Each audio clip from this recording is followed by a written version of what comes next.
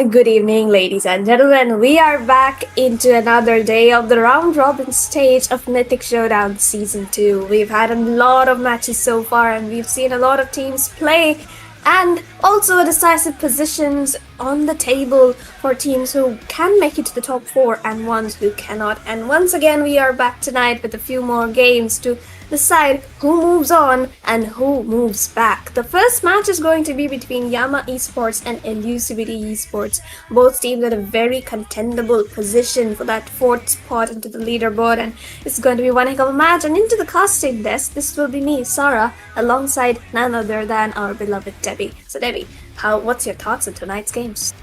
Yep, both of the teams are very amazing onto this round robin so far, Sarah. But the thing is, EVT have a far more better leads over Yama here because they are the one who was able to break out the win streak of our NTX also. But Yama, I think they lost twice in a row already, so that can eventually be a very, very bad disadvantage for their side too. So it's gonna be very important. They should win this game no matter what. So let's see how they will be able to answer back to all of this. Truly said, and since we have already started on with the draft, we can see Yama. Oh, if I'm not wrong, the names are on the wrong sides, aren't it? Oh, yep.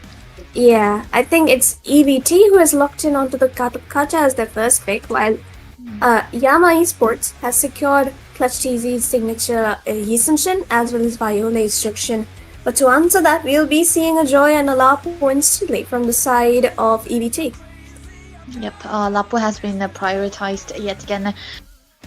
I think Lapo is always a priority hero most of the time because it can be a flex, and Crisis has been amazing onto the fighters, which is funny, because he was so well started onto those marksmen as well. But now I think for Yama, they wanted to prioritize onto the hero for Raren first, because most of the times when you see people playing against Yama, they usually take away Raren's heroes first. So this is the great counter. You might want to take away the hero and prioritize onto the jungle, because Toby also, I think he's very, very versatile, but most of the time they got wins when he's on the marksman. So I don't know if this is gonna be a flex for the gold lane side, because Steel Fighter is also possible, MM is also possible. But for the side of EVT though, Lapo is still a flex. They also have a very good damage onto the magic side already with the Joy. So now that they ban away two of these assassins, for Yama though, what else can they remove here? Utility mage or something else?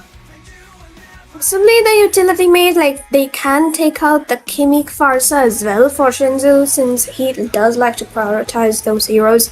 While we have seen that it's Corey on the Lapu so far, so Crisis could definitely go in for something like the Esmeralda or the Uranus. We've seen him play those heroes over and over.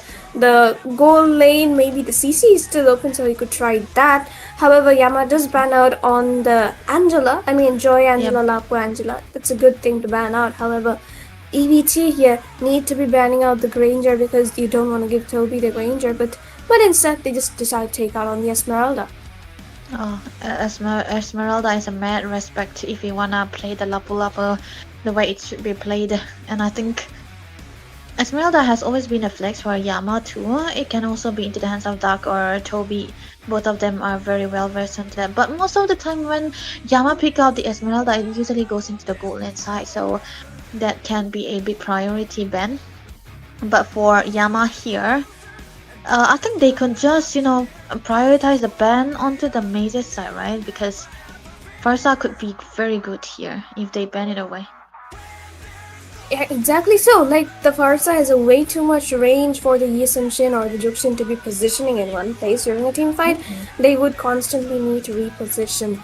And Yama here has banned out on the Alice. I think they feel the Lapu will be going into the gold, which is a possibility, yes. However, I feel like something around the mid lane ban would have been just a little bit better for them. And EVT, meanwhile, taken out on the Yuzhong, do not want to give any issues to Crisis onto that gold lane, I feel. And of course, Dark is also pretty good onto that Yuzhong, but they get the CC instead. So the CC can now definitely be going into the gold or the EXP anywhere. It can mostly be into the gold side because they need something of an initiator for the XP here that can be very available onto the map. The thing about CSC is that if it's put into the experience side, I don't think the first turtle contest is not that much of an advantage. Given the fact that they have the Yisenshin, they might need a good early game hero for the XP side and put the CC into the gold lane. Oh my god, look at this. AVT, they completely take away the Kimi already, so Senju onto one of his carry heroes, definitely one of the best choice right now. So is Lapu still a flex or... Okay, it is. Gold lane Ruby. Yep. I mean, it's a fair draft coming in from the side of EVT, I feel, but it's all going to be up to Godspeed and Shenzu to us a late game to, maneuver against everything Yama has, especially that CC. That CC would be a major issue, and even Raren onto the Yusunshin is actually pretty good. Majority of the games which Yama have won so far is because of the fact that Raren was on the Yusunshin. So that would make a major difference for them this time around, and also Toby's next pick. He could go in for the Nathan, maybe, if he wanted to, but he's going in for the CC Gold instead. Okay. CC Gold and Phobius.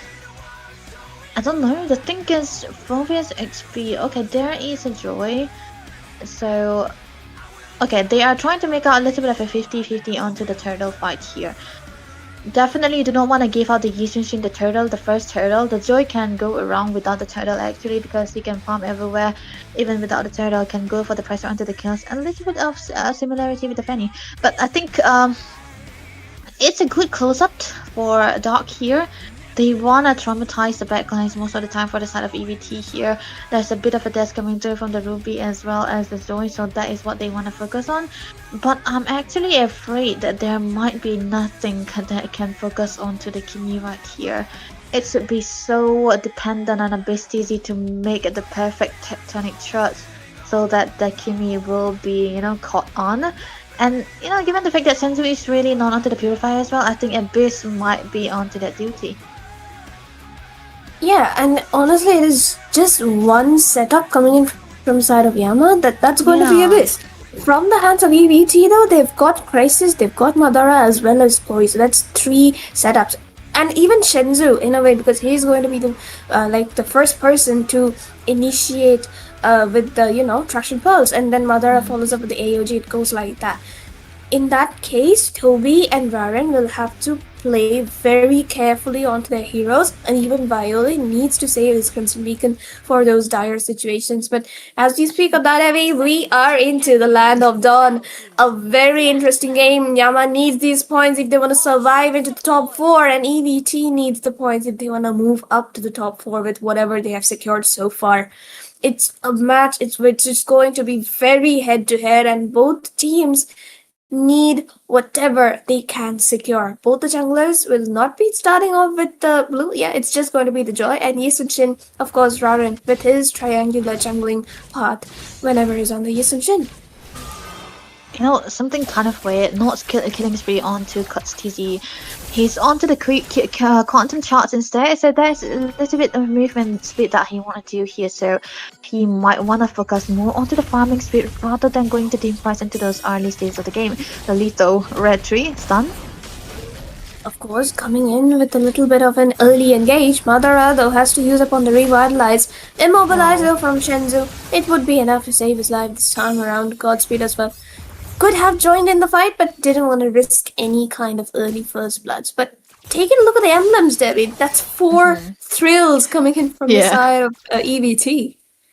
They want a lot of damage, that's all we could say. That's a bit of a mid-penetration as well. And the new chains are into the Festival of Blood also. I mean, the fighter emblem, I think it's gonna be so worth it for the Ruby as well as the Lapu Lapu here. Because most of the time you want to use it because it gave out a hybrid lifesteal, not just a spell vamped anymore, but it will be in favor. Mid lane though, Madara.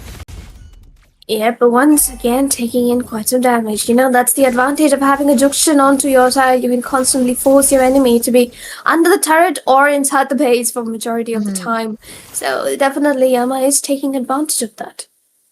That's a big advantage and the lead that they want to do when they want to have when there is a Jushin already into the mid side. Shenju though? Oh my god. very early engage coming in by the Yep. teams every now and then, and they're also taking in quite a lot of damage. However, Shenzhou, Crisis, Corey, everyone has their level 4s, and both the goal lane is just Yeah. chasing each other to the turtle. Whoever reaches first will definitely be having the river advantage, that's for sure. Yeah, they need to have a great setup, and I think most of the time the setups onto the turtle it will be dependent on whoever XP made it first. Like Crisis though, I think that's gonna be one resource wasted by Senju here. He does not really have the flicker or the traction pulse, but still. For now, Abyss don't have the ult, but Madara though he have the AOZ already. The turtle started. Reset again. Violet trying to zone out everyone into the vicinity here. With the wall coming through, look at that. There we go. Toby trying to get an engage onto Shenzhou this time around, but he dived in a little too deep for himself. He's a CC with a vengeance, and he gets taken down by Godspeed already. Madara finds Dark as well. Misengage coming in from side of Yama Esports. They should not have gone in so early on such chunky heroes. This is just gonna be giving away the first turtle to the side of EBT. Oh my god, this is definitely a blunder coming through from Miss DZ here. If he had landed the tech charge, but never mind, the blue buff already stolen yet again. Not a really good scenario for the side of Yama here right now. First item, Senju with the turtle. He already secured the Sky Pacer, but hey, that's gonna be taunt. All the business to use up the tectonic charge defensively. Wow.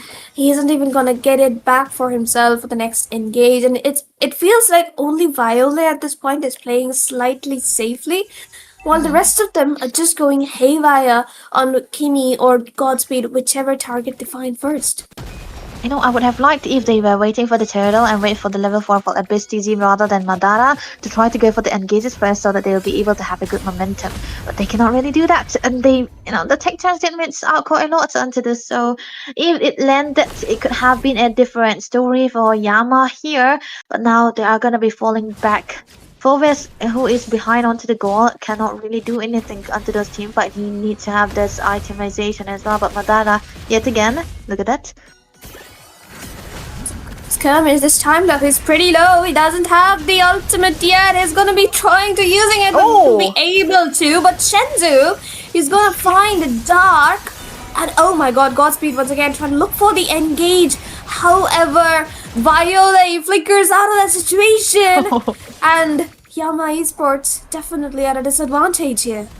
Oh my god, that could have been a good texture as in a good reinitiation coming through from Yama if they had the damages, but no, they did not have gold ranking so far. Godspeed onto the top with the joy, with the turtle and the steel onto the blue buff as well, and Godsteezy is so behind in comparison to Godspeed. This is definitely not a good one, but Toby though still doing good with one that's onto his hands right now, but he got the first item, that is the War X, and as well as Crisis too, so that is gonna be a little bit of an equalizer for the gold right now. The turtle yet again up to level. Okay, Violet. The spider definitely instantly taken down. Violet didn't have the ultimate to escape, neither the flicker. That's an easy little kill. Abyss as well gets caught out in the arm, offended.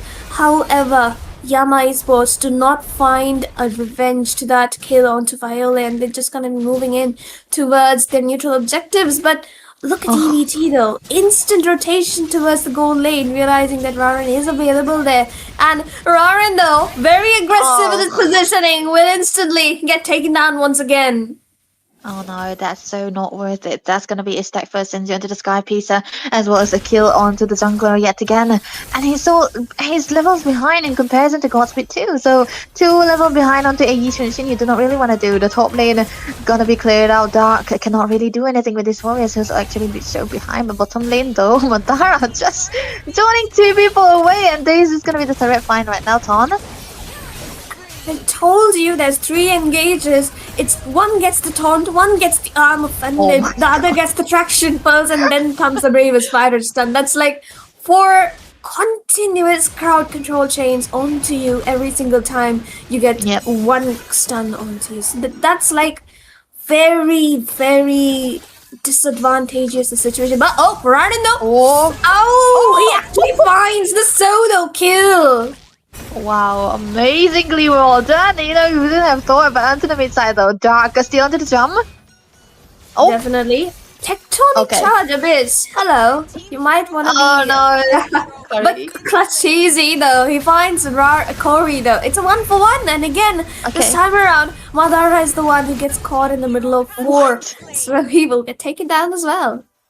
There's a lot of treats everywhere across the map and Custody. I think it's still gonna be good for Rarin right now because even if he died, he just traded out with life of Korikuti as well. And I think, yeah, for a jungle who's actually behind it, yeah, that's gonna be the perfect condition for him to reach out to the level in comparison to Godspeed right there. So he's gonna be needing a little bit of a buff, and that will be an okay farm that he's gonna be needing right now. Genius one already taken away by Godspeed here, and also the glowing one for the side of Senju too. That's a lot of damage he already accumulated right now. Still, endless battle is gonna be needed for dominance for both of the tanky frontliners on the side of Yama here. Okay, they are trying to instigate something of a team fight here. Madara though. Yep, definitely trying to look for something. Dark realizes the danger is and just flickered out of the situation. And Yama currently just can't find an opening to go in for Yeah. an engage. It's like Viol is trying so bad, but there we go. There's Corey right in their faces. Just going in with the bravest fighters every single time. AOG, Toby barely dodged it, but will get taken down because of the Sky Piercer. That's a 3-man knockup coming in from Dark as well as Abyss. But it's Shendu. The farm difference is a little too much for Yama to handle, and they're still not giving up. EVT here is gonna get a 4-man wipe out. Just violate the sole survivor, only a Jukshin from the side of Yama Esports. That's a lot of free stack for Ikumi. Man, Senju really having the best time of his life. Freely hitting onto the backlines, having 3 frontliners and a good setters as well. That is a dream for every Kimi users here. That's a holy crystal. And the 9-minute of the game for Godspeed, and that means that he have a lot of gold in his belt. Raren not too far behind, but you know, he says you wanna be ahead. You do not wanna be behind, but yeah, they cannot really do that because of the composition that they have right now, and Toby unable to find any great positioning with the CC as well. Look at that, Corey. Again, going in alone in the midst of 4, using up the Raven's fighter and still surviving well, but there's the knockup though. AOG comes in, lands onto 2. That's a double-sided 2-man knockup. However, I'm Offended comes in. Abyss and Toby are a little too low. Madara still trying to fight it out with Dark. Dark getting those infernal pursuits on Toby with a little bit of a clap back, but no, it's going to be Shenzu with the kills. He gets a double, is looking for the third onto Dark.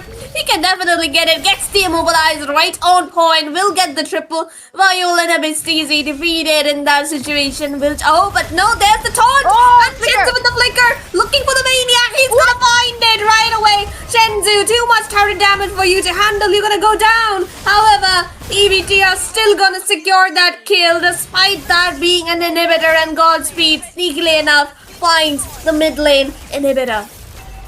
Wiped out for Yama here. Senju full stack onto the Sky Piercer, and that is going to be the minute that he got onto the Kimi. Amazingly well done. And the damage already accumulated by them is too much. 6k goal is what they have. Raren, I think is in trouble though. Oh, that was a close call. They did not have the damages, but the Lord will be taken away freely by Godspeed. Ah man, this is so bad for Yama right now. Viole, the only one who has been able to play consistently. He got the Sky Piercer, but I don't think it's gonna be a very worth it right now because it's too late onto the team fight, and everyone is from the side of EVT have already gotten the bills here.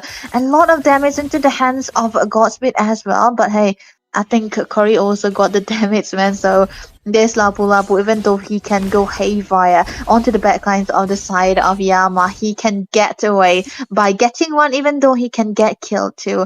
But now it's going to be crucial for Yama to try to defend this. They don't really have the best high ground, but they should be able to defend this lot coming into the mid lane right now.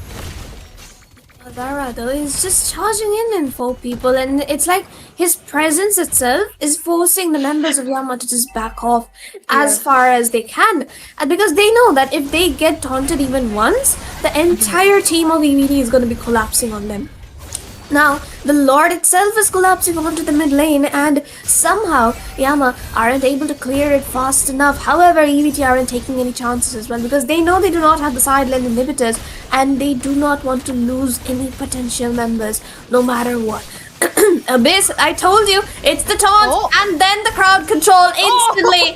Corey is gonna be finding that Raven Spider kill onto him. AOG right into the backline. Another taunt comes in from Madara.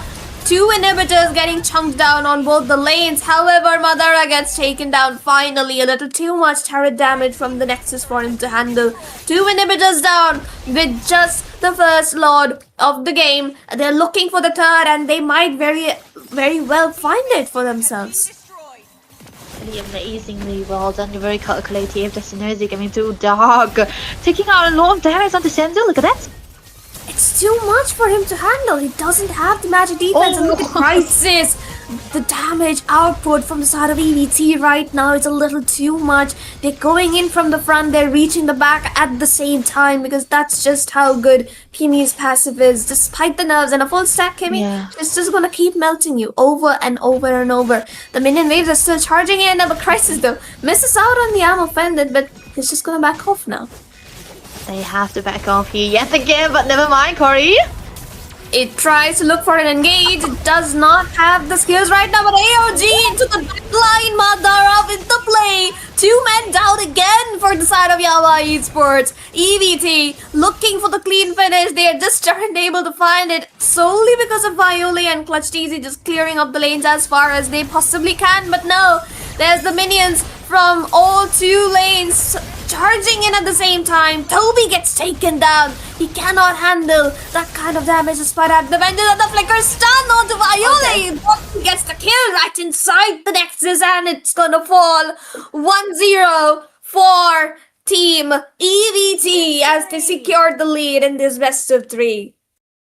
Kimmy, carry hero onto Senju is apparently the answer for EVT. Amazingly well done the way they were able to play the team fights, as that was such amazing job. And I think those kind of, you really can play it that way when you know that your opponent doesn't really have the greatest clearance so far. If they had a good clearance on Yama, it could have been a very easy defense. And of course, MVP will be the 80 stack Kimmy. 1 death, Sarah. That's just 1 death.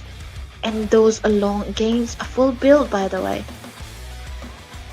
87% team fight as well, and 10k turret damage. So that's like the advantage of having a Kimmy in your hand. You can push turret from literally anywhere you want once you have the passive online, and he had it online for literally 80% of the game. So that's a lot to say about his Kimmy gameplay.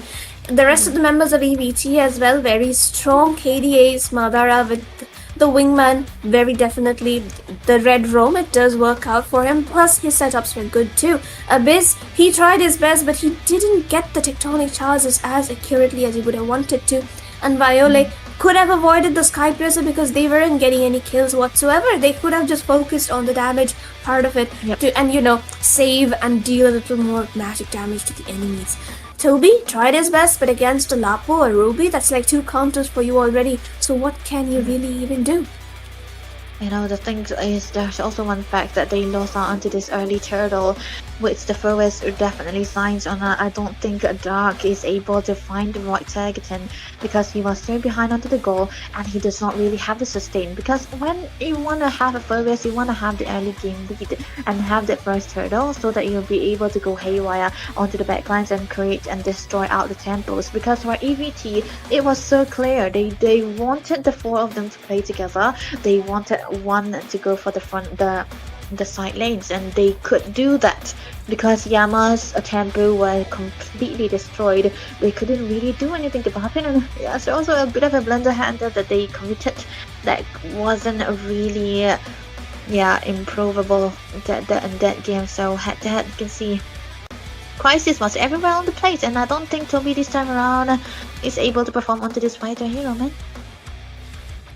Like, they should have given him a pure marksman. The Nathan could have been a good choice. His Nathan is really good. They could not Granger because there was a little too many counters for him on that hero. However, but otherwise also His CC is decent, we're not denying that, but this match, it just wasn't it. Shenzu, though, definitely the man of the match. He's got to get it. The damage. However, did you notice? Juxon actually had the higher damage, ironically enough. But it's alright. The Sky Piercer is superior in all ways, so yeah, that's what we get to see. And he was definitely freezing, and we could have given out the credits to Madara as well. And Corey Kitty, I think today he has been very how do I put this? Very decisive. Sometimes he just doesn't care, right? He jumped onto 4 members of Yama. That is how confident he was. And yeah, at one point of a time too, he was 1 HP, but he still ran in with the bravest fighter. And look at that. That's right. He is the carry. How is he the carry here? He got that much damage. It's like, you know, these fighters these days are so very good into the meta. You can literally play them anywhere. You jump in with 1 HP and yet you're gonna come back with full HP. That's just the power of the Queen Swings and the War Axe towards the low HP phase. So, of course, Corey definitely exploited that. Rich guy, Godspeed, can give him that. He was literally farming the entire game. The Yisunshin had more damage than him in terms of damage dealt. However, it's the team. EVT definitely is just better in terms of the team fight execution. Yama, they have the skills, you know, the mechanics are there, but they just lose out on the synergy a bit. Sandbag, of course, Abyss takes in damage, and Wingman onto Madara, like we mentioned. Of course, this guy was everywhere, all over the place. The AOZs that he has been setting onto this game in particular was amazingly well done. And there is also the reason why that we said that this hero is one of his comfort. It's either the Kalea or the Garpot. You don't give him either of these two, and you'll be able to, you know, play around him. But Gato is definitely one of his top priority here, and it also has a good win rate, I suppose. But yeah, seeing this game therefore, I think Yama really need to stay out the draft, and I also think maybe put Raren onto the utility and give out the damage to Toby. You know, change out a little bit here and there, so they will be able to have a good winning side, and maybe give Dark a winning win, because from what I've seen, when these dude plays, he performs well on a winning lane. He cannot really do well when he is onto the weaker side, so I hope they change out in there for the second draft. So let's see, because they are into the first pick right now for Yama. They do have it, and they can definitely go in for the Hilda, the Yves, the, you know, what's that pick again, which they usually go for? Oh, the EXP lane, the Lapo. Yeah, that works out for them, honestly. But EVT as well has the second pick, so they're gonna strategize completely according to that.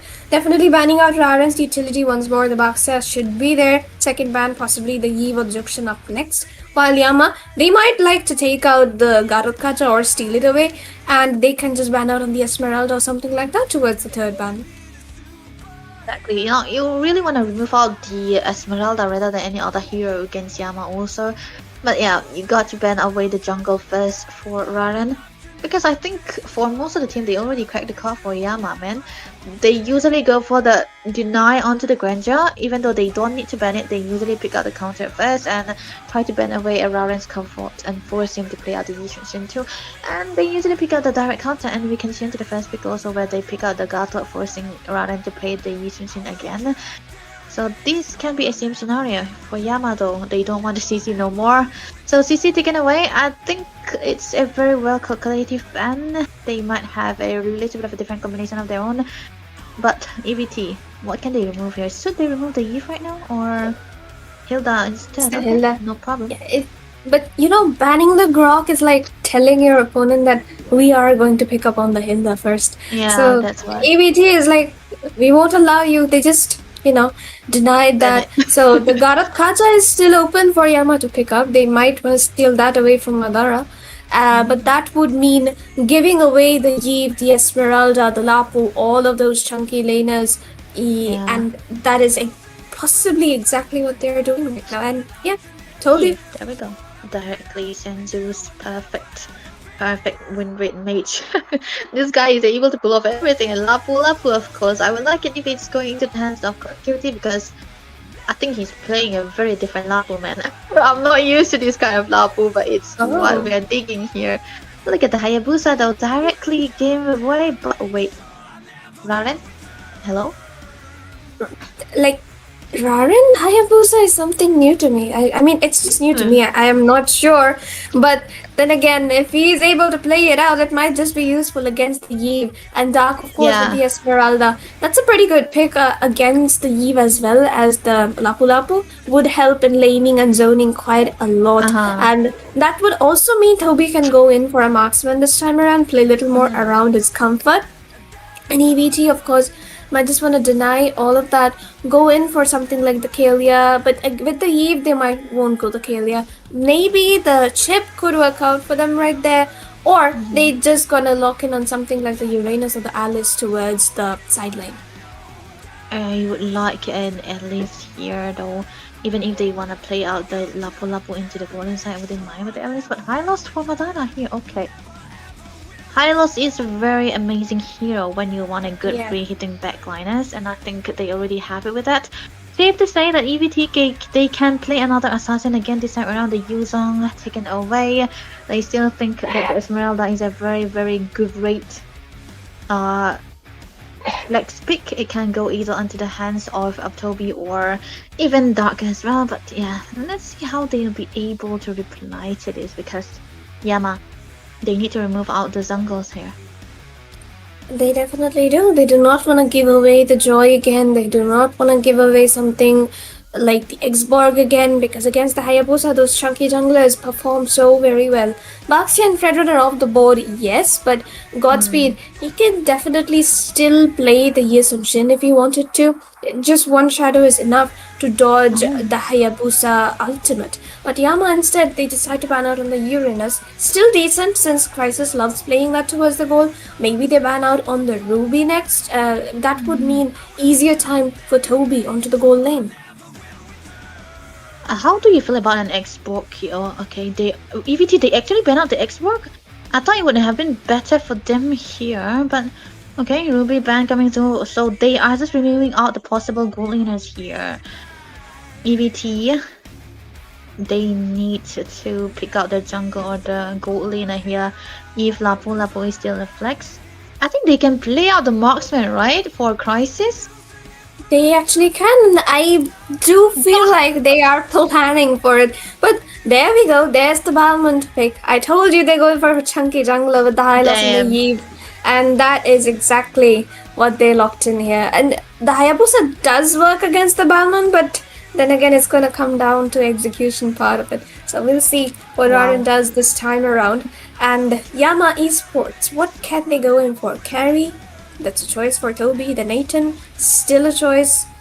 The Granger won't work. We've seen how a Balmond can just jump in on a Granger and never die and get the kill and come back. So what can Rarin do here? His Nolan is the only hero that's still open, and maybe just make... Oh, sorry. He's on the Haya. He's on the Haya. Oh my god. Viola and Rarin. Holy, hello. Yeah, it's okay. It's so far a decent draft. But I'm just worried about Toby because he's gonna need to position far away from the Balmond, Hylos, and Eve in front of him. Honestly speaking, the Granger really isn't the best with this combination coming through from EVT already. Man, just forget about the bomb one. The Eve is also gonna be outranging him most of the time, and there's also the Hylos, right? Crisis wait, can Harriet here. Amazing. Oh wait, if they go for the Harriet, oh wait. The Esmeralda is there. They need another magic damage though. Yeah. The either the Harris or the Nathan. Wait, Nathan is gonna be weak against the Hayabusa. I get it. It should be a marksman here, man. Oh, the Claude. Yeah. Okay. Works out. They saw one magic. All right. Okay. I think it was Harry was a. It could have been good because they need another magic, right? The Eve Harry combination, but the Hayabusa or the Esmeralda could have been a big threat for them. So okay, understandable. So now the best targeting will not be there for Toby here onto the Granger. I think it's not dependent on the draft anymore. He was more focused on let me play my hero today. Maybe this will be the last match. Let's go all in, Rarin on the Haya. I've seen, Toby more on the Haya than Rarin on the Haya. On the Haya, exactly. Yeah. So let's see, man. This is a way draft and combination Godspeed for the first time around. Onto a utility rather than the Bosha. And not a dash, you wanted that too. Wait, it does have a dash, so it's okay. I mean, decent draft from both the teams, but however, somehow into the jungle and the gold, I feel like EVT has the advantage. Yeah, Mid lane, they of do. course, Abyss and Violet, they can do their thing, and Dark as well can just zone people out, but towards the late game, how are you gonna stop Crisis from blazing duetting into your face? And as well as Godspeed, who is gonna melt a Balmond? A Granger with that amount of sustain in front of him? How much can a Granger really do? That's what I was worried about this time around. I think it's gonna be solely dependent on how Dark is able to catch down Korikiti here, because he will be the sole member that will be going for the initiation most of the time, because the follow-up will be for Abyss DZ, and he is be focusing on winning out to the lane against Korikiti onto this Lapu Lapu, because this is gonna be an advantageous lane. He's gonna be onto the strong side of this XP. So of course he's gonna have to focus on Senju as well. So I think he will be more, he will be the one that Yama should rely on onto the early game. Exactly. And even Raren will need to pick up some kills at least onto Crisis and Shenzhou before they Yeah. pick up any defensive item like the Winter Crown or Wind of Nature. But as we speak, we are into the Land of Dawn once again. At the moment, EVT is leading with a 1-0 at match point, while Yama Esports are yet to get a point into their favor in this series. If they do, it's going to be an amazing deal for them. And Madara here is already getting taken down pretty low. Deja vu of the first game. However, he's just going to use up the revitalize and play it safe this time around. Fight for the lethal wonder right there, Debbie, and Raren, he doesn't even decide to compete for it. I don't think you want to contest onto those lethal here when you are against a Ballman, because his presence itself is already an aura enough. And I think it's going to be stealing that onto the jungle, onto the top lane as well. Oh no, it's going to be so bad for Cuts TG. You have to go in right there. But Wilderness Blessing and agility for Violet right now. He wants to have a little bit of a movement speed here so that he'll be able to rotate faster. But Senju, as usual, he usually go for the damage onto any kind of mates that he is onto, whether it might be the utility mates or the burst mates. He usually go for those kind of damages because he is more suited for that too. So nothing out of ordinary, but a little bit of a 1v1 situation, winning condition for the side of Crisis onto this Cloud. He wanna win out into the lane against Tobyman, so that could be helping him out onto the laning phases. But now we're gonna be having out the turtle here yet again. Dark should try to have a little bit of a good zone so that they'll be able to have a good start onto this neutral objective. And the turtle fight is actually going to be very crucial. If Raren cannot secure this retribution, and Balmond has got lethal count up, and that true damage along with the retribution is like dealing 4,000 plus true damage on the turtle. That's like a double retri, and Raren has got to contest that. We know his retribution is good, so he might just want to live up to that reputation. Both the junglers are actually securing their blue buffs before going out for the turtle, but Crisis with a very early rotation onto that river area. He's so fast onto that, able to get out the double farming and the stacks as well right now. Dark already level 4. Look at that jump.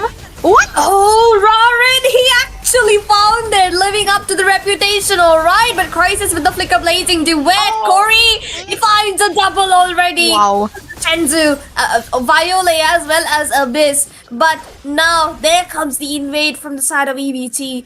It's like telling them, you take one objective, you're gonna take the members and the rest of your objectives. Dark though, try to sustain 3 people. Kamud comes in with Abyss with a 3-man AOT. Good for Kamud. That's easy. Finds a kill onto Shenzhou. But Shenzhou is the one that's surviving and dealing damage. I can't even see who's dying right now. But Clutchy, he gets taken down by Shenzhou right away. And it's like this Eve is just unkillable. But Toby's here.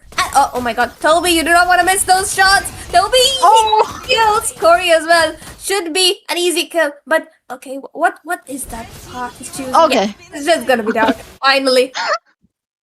That was a messy team fight, but it's still, I think that was all in favor of, it was supposed to be in favor of EVT, but they did a mistake out there where I can little bit. But now Toby though.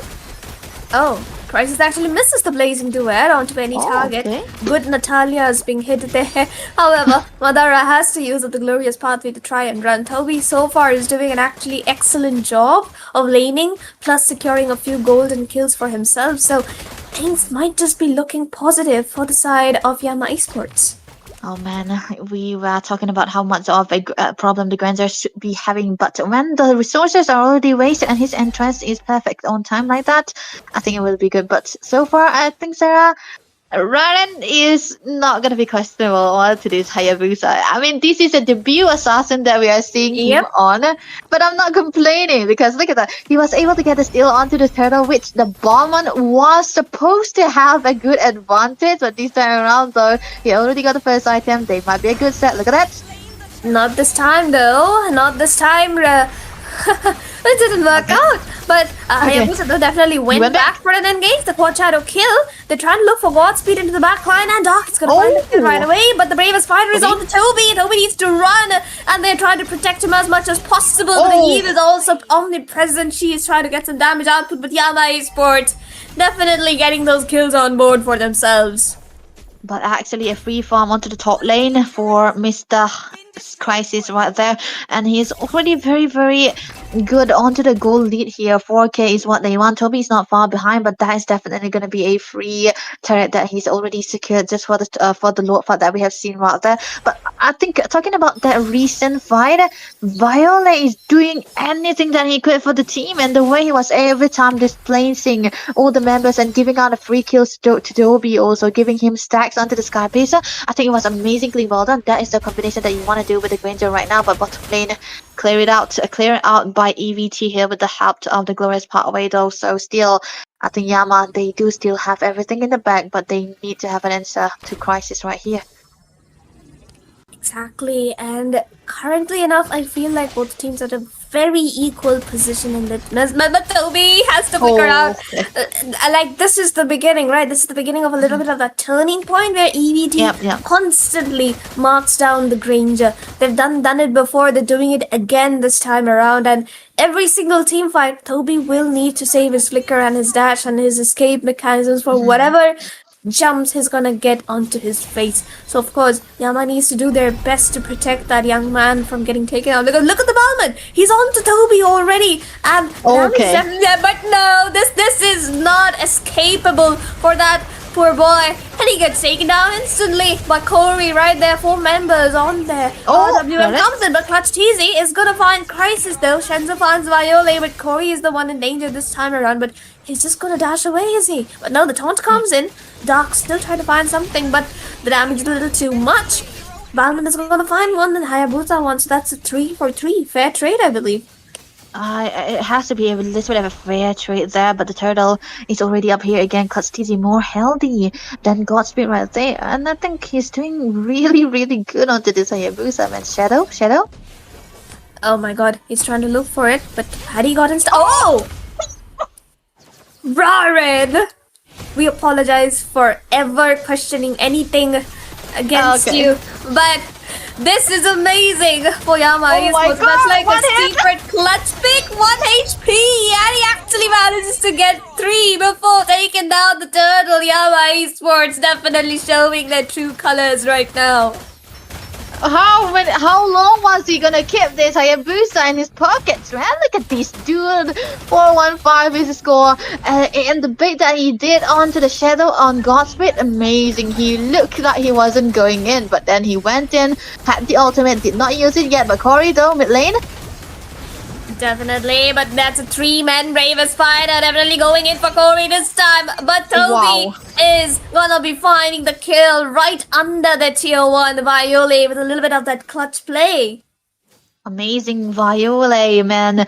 I think it will not be seen much, but this guy has been doing so much for the team fights. And I think most of the time, if you see the way EVT are going to be playing, they want to focus onto the team fights rather. They want to focus onto Viola much more, and then they want to isolate out Toby here. But I think it should be Viola they need to focus on, because they need to have him out of the zone. But right now I think Madara Crisis not gonna be engaging anytime soon. But gold ranking though, 6.8 for Toby onto the top of the food chain right now. Crisis with the follow-up though. He's still onto the run for the third item to build out the full trinity here. Meanwhile for Toby, he already gotten out the 2 damage sources for a Granza right there, and he can opt to go for a little bit of a sustain onto the third one, but he does have the damage as mid lane is what they want to prioritize on. And Brute Force already built up by Godspeed. I think, it's still gonna be a little bit of a sustain that he is looking for, but the damage coming through from Rahan, yeah, I think he is able to do so much with the build that he already have. 4-1 onto the score as well. This guy, yeah, you were right to be sorry for that. Yeah, we definitely are. However, there's still a long way to go. The EVT still has the Claude, so things could turn around possibly at any point of time, and they need to make sure to take down the Claude of the Eve before a team fight. Yeah. Especially Raren needs to make sure of that, and I do believe that they would be going in for the similar thing. And also Toby needs to play safe. There's a lot of ifs and buts into this game, but if things do go right, Yama should be able to easily secure a point with the current lead that they have. And this is a good lead that they should be having.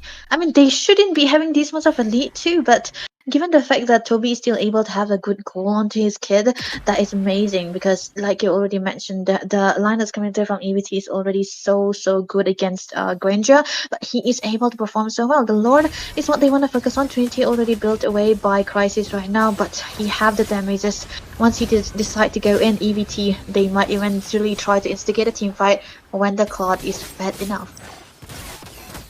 Truly, and the Lord is already at a very low HP though, and Taunt is coming in onto Madara actually, and they're actually expending the resources onto him, and they manage to find again. Oh, Clutch Teasy, he's doing it! They've got the shadow onto Shenzu, but he goes flicker out at the right moment. But Corey into the back line gets the damage output, but Dark is gonna find Shenzu anyway, but Toby is gonna flicker out. He's trying to survive, but no Crisis fight the shutdown finally. Godspeed still trying to look for a miss, and they actually find it. And he's still looking for more though, but Dark is already here. He's dealing with way too much damage as compared to the Batman. However, he's not gonna be able to find that kill, but this might just be a big blunder for the side of Yama Esports for not protecting Toby right there. Yeah, oh man, okay, Godspeed, he got killed right there into the mist. Oh man, it was amazing. Engage right there for Raren and Dark, of course. And this time, I think it turned back to be in favor of Yama right here. Madara trying to give out a little bit of evasion. Corey back into the picture here again. Contest though. Yeah, but definitely looking for the contest, and it's mainly Corey and Madara looking for it. Hayabusa still doesn't. Oh, he actually gets the red tree, even though he got shut down. Raren is on a roll this game around. However, EVT are slowly starting to show their presence as well. The Claude is online with the Trinity up, but Toby should be able. Oh no, they just body block his Zetsonata right there. Amazing damage coming through from Toby already though, but there was also a very good decision for EVT to try to focus onto those team fights when they know that Crisis is already online. But it was a close call. If he did not have the flicker, it would be very bad for EVT here. But the lore is what they already took here for the life of Raren, still not missing out the red tree even though he died. Amazing. But I think it's still good for Yama right now because they'll be able to get at least one outer turret here. The bot lane is what they want to focus on. Definitely not bad, but there's still a good clearance coming through from the side of EVT here. They can still play around with the inhibitor and try to protect onto their mid lane side though. So maybe there's a possibility that they really want to chunk down the HPs of the inhibitor, but they didn't go in though. Yeah, they do not have the full damage potential that they possibly can deal to take down all those chunky people in front of them. So, what they can really do is just wait for the Hayabusa to get a pick off and then go in for the engage. And I believe that's the only proper course of action they can take, because look at Shinzu. He is starting to deal a lot of damage with the Wishing Lantern. Like, one hit is taken away 10% of Dark's HP from the first kill. So, they have got to play it safe right now, because if they get caught in the glorious path in the RWM even once, it's going to be fatal for the side of Yama Esports. Yeah, talk about the combination coming through with the Blazing Duet as well as the RWM2. And there's also a fact that EVT are playing so good in protecting their backline as most of the time. Crisis is actually going to be safe anytime he wants to be because of the BMI, of course, and the flicker to be added to. But with the goal that, with the Lord that Yama already taken, they have a good point of advantage as well with the goal here, 1.50k gold. That's what they want right there. But the blue buff is not going to be stolen here, but it's still okay because still they're going to be playing out a little bit of a slow game. Like you mentioned, Raden needs to have a good pick off, and there is going to be the green light for Yama to try to go for the team fights, because if they try to go for this, brute force their way into the combination, into the place that is being made by EVT, I don't think they will be able to find the right targeting, because most of the time Toby without the flicker, even with the flicker, he's very vulnerable. So that has to be there. That has to be something that has to be Dark. mindful of. But top lane, Dark. Oh my god, Dark. He needs to flicker out. Get stunned though. Can he really make it? He actually made it out alive. Oh, wow. My goodness. Oh, but there's the markup onto Toby as well. Violet goes in with the Crimson Beacon. Dark goes for the re-engage. Can Yama Esports actually turn this around? Corey goes in straight for the recall. They're jumping in onto Toby more than anything. Godspeed is gonna find two though. However, Winter Shrunken comes in from Godspeed, but he is getting taken down. Crisis with the nature. Toby with the maniac, a complete mad lad, secures the foam and wipe out for his team. This is why you do not give Toby the Granger, ladies and gentlemen. The young talent, all for him and him for all. He's literally the man of the match in this game. He does not really want to go down without setting his name with the Granger. Man, oh man, I'm so proud right now, to be honest, but amazingly well done. Everyone was jumping onto Toby, but there also one fact that I would like to mention: the position coming through from Raden. He wasn't spotted. There wasn't anyone who seen him. He was waiting for Crisis to be available in front of his face, and that's when he went in. And amazing maneuver coming through from Toby as well. He wasn't taken down. He was coming in clutch with the rondo. Not even the flicker was wasted, so that was amazing. Like, oh my gosh, this guy is so slippery. And now they have the Lord, full build for Crisis. He have the stacks, he have the range right there, but Toby also not far behind. He have the Rose Gold Meteor. That's also going to be another survivability right now. Inhibitor is what they want to focus on. Yama, they can try to force out onto the bottom lane here. They are actually going to be finding the inhibitors with this Lord without the need to engage, because the Lord at the 16-minute mark is going to be very strong. Glorious Pathway though definitely coming in to delay the Lord towards the inhibitor, but the chunky minions from both the lanes are definitely looking to take down as much of the HP as they possibly can. However, they only found one inhibitor at the 16-minute mark, so that is not the best of things for Yama, but it is still better than nothing, because EVT, they're actually making quite a few mistakes, and this time around, they aren't able to catch Toby because they've realized that there's always going to be a front line for Toby in this game. Yeah, exactly. And now they know that they need to do something of a flanking from the backlines and try to catch Toby off guard. But then there's also a fact that the only one that can possibly dive in and waste it out the flicker has to be Curry Cutie. But then again, he's not going to be wasting out the flicker for Toby, because it's definitely going to be Crisis who will be able to get onto the Toby too. But then again, it's still a lot of layers of resources that should be burnt down on just one member. And then we cannot forget about all the disengagement that can come through from Abyss TZ with the AOZ. So this has to be a very calculative move. They need to also have an answer for the way Roran has been playing.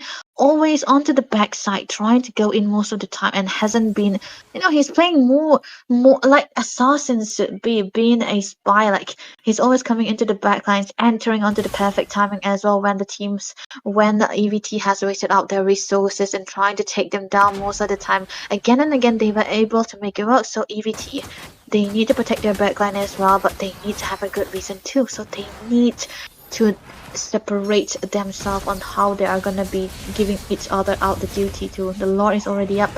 They should be contesting this, right? Because if they don't, I think it can be a possible end. Oh, much easy. Oh no, he actually Oh, took the tornado and missed the shuriken stack. Otherwise, that could have been a possible kill onto Godspeed. I don't know. However, Yama Esports is actually chunking down the Lord as far as they can. Madara definitely trying to go in for the engage, but look at Hayabusa into the back line, definitely trying to mark people down, but has to back off now. He doesn't have the ult anymore. Corey will be forced to recall back to base. He's gonna be taken down pretty low, but the minions are there for the help. But Toby definitely dealing some amount of damage. Dark though goes in a little too far and is taking quite a lot of damage. But there we go, the Lord Knockup comes in. Toby needs to move back. There's too many people there. AOG, stun, everything gone to Toby, but he's still moving away. But the Blazing Duet, Crisis, trying to find Toby as much as possible. He flickers up, but the Lord Godspeed secures the Lord the entry at the last moment, but the members of EVT are low. They're moving back to base as Viole flickers in to take them. The base is open. Granger can just two-shot and he's trying to look for the kill as well. It's only Corey with HP right now, and he's gonna be taken down very low, but if they pull off this defense, it's going to be a miracle. Dark still trying to get some damage output. Crisis still there to deal the damage, but Hayabusa misses a shadow, and they've got to back off. oh my god, amazingly well done, Yama. If they had a lot like here, it could have been an end game for EVT, but still, what a clutch play coming through from Godspeed onto the bottom nonetheless. And against Ronan, by the way, amazing. But now they will be able to do they will be able to buy another time for themselves, for them to stay into this game as long as possible. Almost everyone getting out the full builds already, except for the Romans, of course. They're going to be prioritizing onto this immortality because this time around, the timer is already 20 minutes of the game. This is the favorite time for EVT. The later the game goes, the more they are able to shine. So Yama, they need to play it safe because they also have a good scaling hero, Crisis. Even though he wasn't able to find a good targeting onto Toby because he had the flicker or even the immortality too, he was able to dive, and that is also good enough. So they should be trying to play for him as well. But now, I think Yama, they know who they should be protecting because Toby wasn't touched right there, and he's just free hitting at that moment of the time, and they don't really have that amount of frontliners that EVT already have, but still, them able to pull it off, it's also amazing already. I don't know, because currently Yama is holding a 6k gold lead into their hands, but they're just not able to end no matter how hard they try. And partly I believe it's because of Shenzu, and also the amount of sustain that they have because of the Revitalize and Godspeed's killing spree and everything else. However, if they do find the pick-off onto just each Shenzu or Crisis itself, it's going to be enough for Yama Esports to actually end the game. All they need to do is protect Toby and find one of those pickoffs. And now the last which lord is this again? This is like the fourth lord. Yeah, the fourth lord of the game, and they're still trying to bait it out. And EVT, they're not taking the bait. They do. There's the conceal play coming in, but can they really engage? You know, it's so good still for Yama right now because they have the long lanes here again. They need to clear out to the mid lane. Look at that. Oh my god, there we go. And again the markup comes into Toby. The flicker stun is there. Toby, you need to run. No, the wind of nature into the last moment, but Crisis Corey is still taking the plane of chasing down Toby as far as possible. The Rose Gold swap comes into clutch with the revitalized play, but Shenzu! He finds Dark, he finds Raren. Now Toby is the one to be taken down. EVT find 3, now 4 people for themselves. The minions are charging to their base, but they've taken 4 members of Yama Esports down. Can they end the game here, secure the clean sweep for themselves, or are they gonna go in for the Lord and let Yama hold in for just a little while longer? Viole is the only one surviving here. One wave is coming through onto the mid side here right now. They're trying to focus on that. Look at that. Once again, the stun, the engage, everything for Viole. Viole is trying to mount on Madara and actually going to be finding out the kill. He's got 10 seconds. Can he defend this? He doesn't. He uses up the Winter Crown. Corey is the one tanking down the damage, but no, the base is going to fall. There's a Claude beside you. This is too much, but Elusivity Esports pull off a near impossible comeback. The late game demons. Elusivity take away a 2-0. I think I jinxed it, man. I jinxed my own. Yeah, man. Wow, late game EVT is a completely different beast. I think this time around we might have to give it away to Corey Cutie. Diving on to Toby, letting him waste out his flickers and the rondos and everything and whatnot, but we will have to get the MVP of the match. It's gonna be Crisis. Not much known into the team fights, but he was doing what he should be doing, what he was supposed to be doing. That is dive onto the backlines, which weirdly enough is an MM. He was diving onto Toby, able to create out a lot of damages onto his hands as well. But damn, 10-3-6 is the score for Toby, man. He must be so disappointed for losing this game. And like he was doing so well, like literally so well. He is possibly the rich guy as well. But yeah, in the end, there's a Balman, there's a Hylos, there's a Yves, there's a Claude, there's a Lapu Lapu. And how much can you really dodge with that small little dash which Granger has and then the flicker? So he tried his so very best. He swapped out the items as well, but end of the day, EVT with the sustain they had, it just didn't work out for Toby. Yeah, there were also times when they were body blocking every Rhapsodies and every Sonatas that saved him too. But into the last part also Senju flickering onto Raran, even though there were still 3 members surviving for the side of Yama. And he had the ult too, right? But he was still safe because Madara was there to try to body block him from the damages coming through from Toby as well. And I don't think Viole was really in the vicinity to try to get them out of the range. But Yama played this so good, but EVT entered that last fight. That was what it takes. That was what they need. Only one fight was all they required. And their main win condition, their key factor was take down Toby, or at least waste out his flicker and immortality. And I think Corey Cutie did that so well.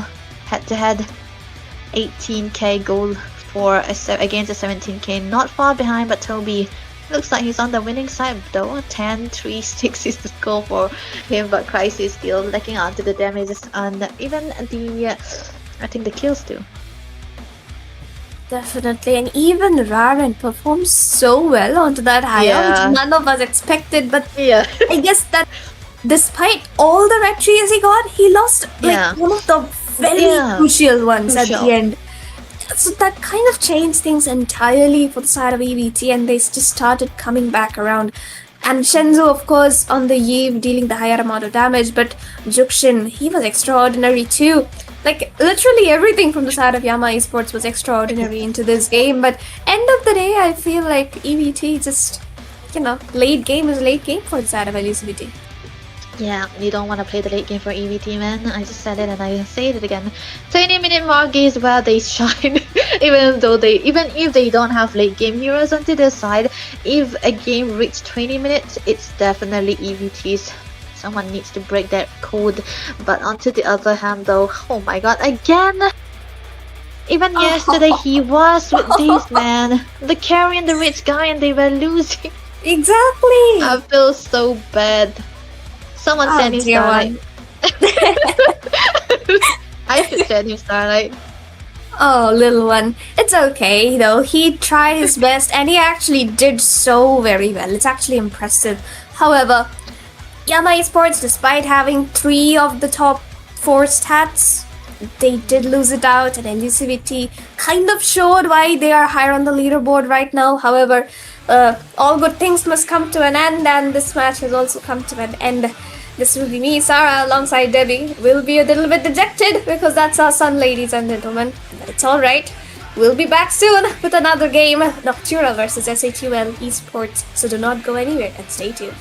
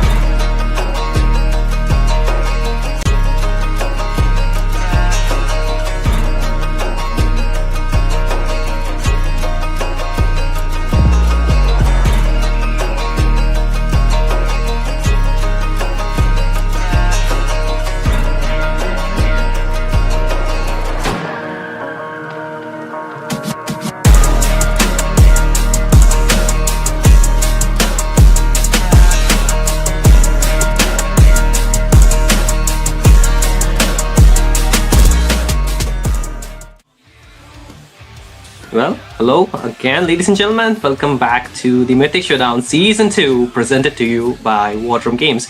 And this is powered by Vizta Games, of course, MOBA 5v5, and we already know the drill, we already know where we are. If you don't, then let me just give you a brief introduction to what is happening out here. We are running not the Swiss bracket anymore, we are moving into the round robin, and when we talk about round robin, every match count, every best of 3 counts, because the points will dictate which teams will actually move into the playoffs, into the top 4 position of Mythic Showdown Season 2 to actually qualify for the 11 event happening in Guwahati on the dates of 17th, 18th and 19th of the month of December. So don't miss out on those days.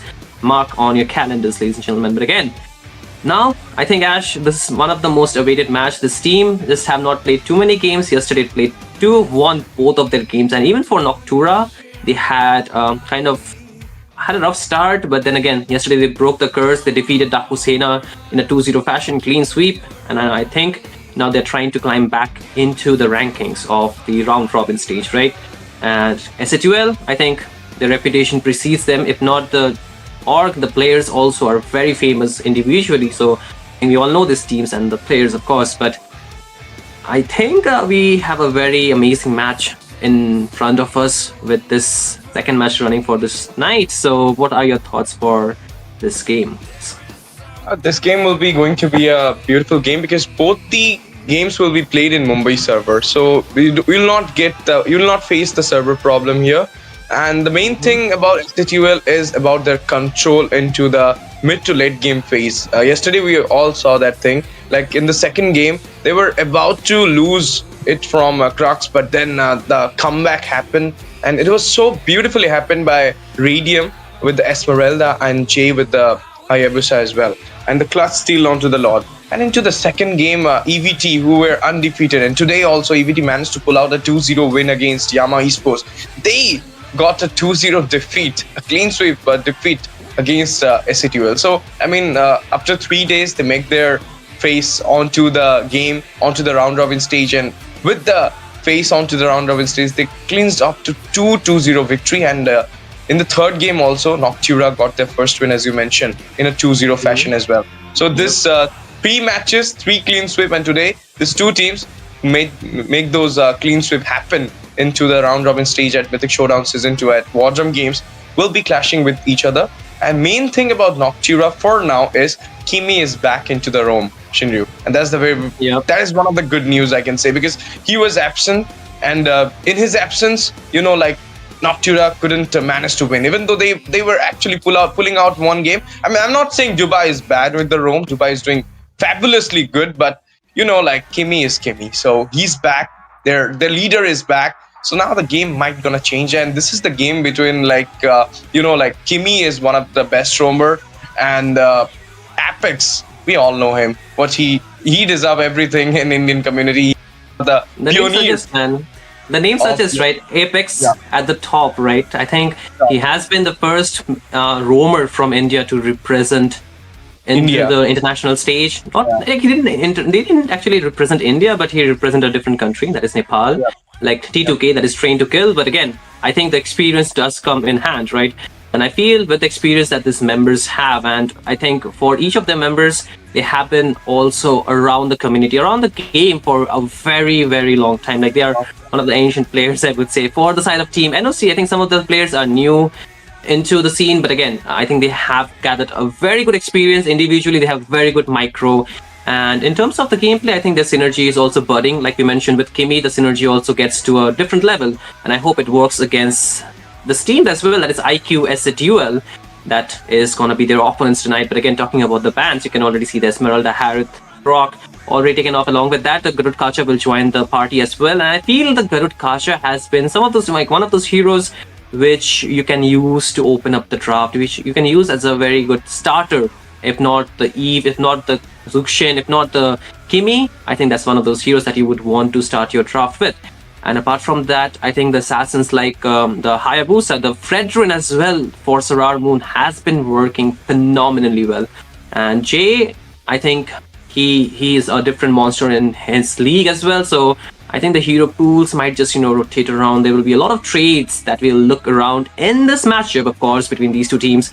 But then again, what are you trying to trade for the first pick is going to be very important, because so far the Lancelot gets banned, the Zushin will be left open, the Lapu Lapu is left open, and so many mid lane heroes are not even banned yet so far. This can suggest one thing: either the teams can actually go for a flex pick or the mid lane control. So the choice is there. So we need to see.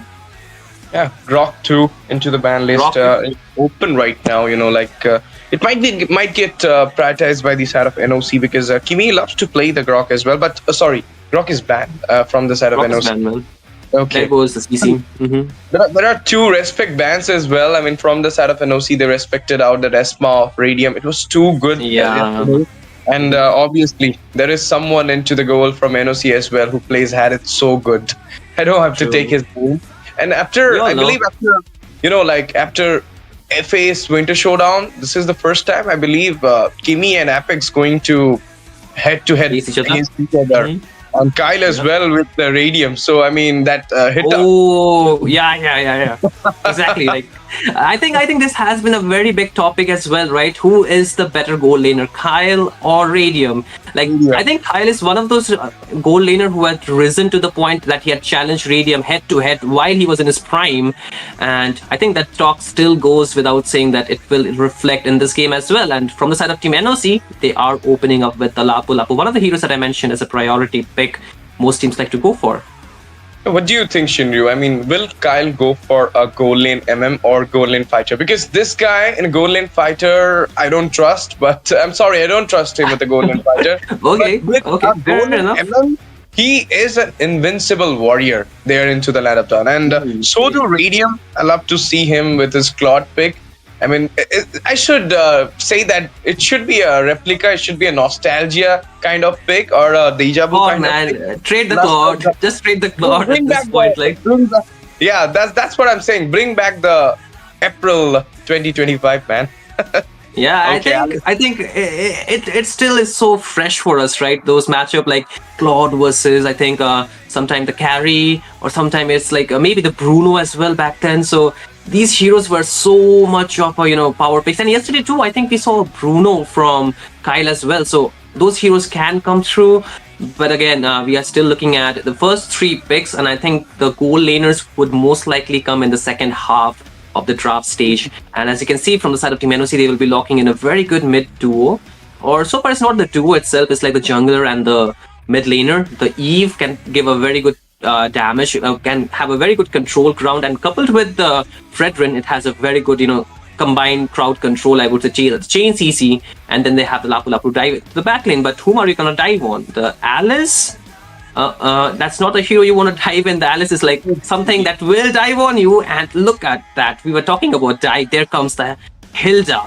But then again, this Hilda is against a Fredrin, so it's not that impactful if it's not going against the Assassin. But I think with the amount of pressure, with the amount of vision control this Hilda can provide, IQ SA2L, they can pretty much farm for their goal lane and have a very good time, giving spacing to the side laners who needs that time to actually gather their items, gather the the level advantage to actually be much more impactful into those objective takes, into those while taking down those structures. So we'll see how it goes from here. But now, as we are in the second banning phase here, as you can see, the Mathilda will already be taken away from the side. This is like first time I'm seeing Mathilda in this new patch. Yesterday it was picked, like it was picked by Kimi yesterday. Yeah. He just played this combo, Yeah, the Fedrin Mathilda combo, the OG combo. Hey, they're watching. IQ SDL watching the games. Like, they're not just sitting idle and not doing their homework, I would say. Okay, but Sarab will shift to that utility jungler from that assassin one. I believe this might be a X factor for NOC. Yesterday they show the skills, they show the synergy from their side, and today it is against IQ Soul, the Giants once again getting ready to take up another points, adding up another points into their points table, and a little bit closer mark to the playoffs that means LAN in Guwahati as well. But now the bans coming in from the NOC side, the last 2 bans, and you can see that it's a Valentina, because the mid goat is about to pick his hero, and such a good read too. Such a good read too, right? Of course, because Eve And like if something else is also coming in, it might be vulnerable to this Kadita. Valentina ultimate. Ban the So Kadita. yeah, Ban the Kadita too, man. We are talking about No, I Asuna. don't think We are talking he'll about go Asuna. he Yeah, might we're he talking- might go for a Farsa here, or maybe for a proper burst kind of mage, not a Kadita, because Kadita is nowadays is kind of a single target based hero, and you I think- really need someone who can You know, provide that PoE. They need to mark the single target. They need to mark the Eve. They have enough people to dive in to distract. Yep. Hayabusa is there, but I think if they get the Kadita in this case, would be very good. It might be difficult for them to burst the tanky members, of course, but that's not what you're picking the Kadita for. The Kadita would just have a single mission: stop or shut down the Eve at all cost. And we're not talking about any Kadita player out here. We're talking about Asuna, and he deserved the glazing because we have seen him escape with just sliver of HP, 1 HP, 2 HP, marking the backline like he's a monster in his own league with such kind of heroes, those playmaking heroes, I would say. So why not go for that? And I think the Farsa 2 will be a very good option if they can protect. What about Kimi? Awesome. Kimi, he might go for his Kimi pick as well. I mean, even though Kimi is not into could the be. meta right now, but It's still, nerfed, you have though. to It's stand nerfed. Kimi as well. Kimi has been nerfed, Yeah. man. I think. But Look at that! Look at that! Look at that! He went for the Kadita. I told you, right? Because you see, knowing Asuna, I think he does not care how many members he is marking. He just wants to mark that one person who will be giving the play out here.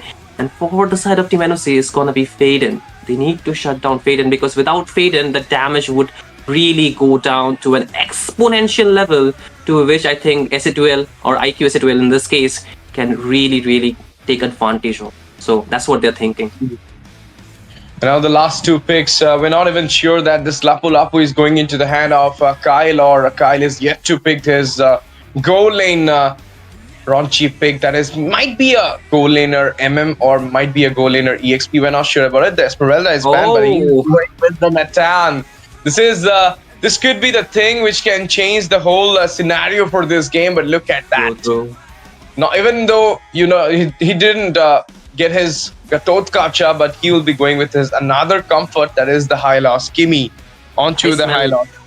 I smell a Claude, man. A Claude at this point. Like, I don't know why. Loki, I smell a Claude coming from the side of Team IQ as Just, a bit of hunch. But if they want to go for a fighter, if they want to go for something, maybe the Black Dragon could be one of the options. But still, like, do you want to go for that thing? But then again, we're talking about Radium. Grandeur 2 works. But in regard to this matchup, the reigning matchup against the Nathan, I do not like the Grandeur personally because you kind of are, a liability in the early game, because if you do not get the stack, then you'll be pretty much a sitting duck. Your team needs to feed you with the kills, but then again, you have already an assassin, you already have a Kadita who will also require those skills to be viable in the game, right?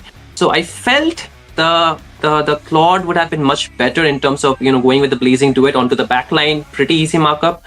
But then again, the Grandeur is much more safer choice. Like, you can deal the damage while being at a safer distance. But in terms of laning matchups, still not a best option, I would say. He needs a lot of help from his team. It is the match number 2 of the night, day number 5 at round robin stage at War Drum Games in Mythic Showdown Season 2, and you're right now witnessing IQ's SA2L going straight against NOC, Noctura Esports, who are the defending champions of Mythic Showdown Season 1. And right now, for the glory, for the pride, if NOC loses out this game, Shinryu, then the chances for the playoffs is kind of hefty. You need a calculator to actually calculate that if you are getting, scientific calculator, right? Yeah, Not the normal one. Obviously, as a RCB fan, you are so familiar with it, I know.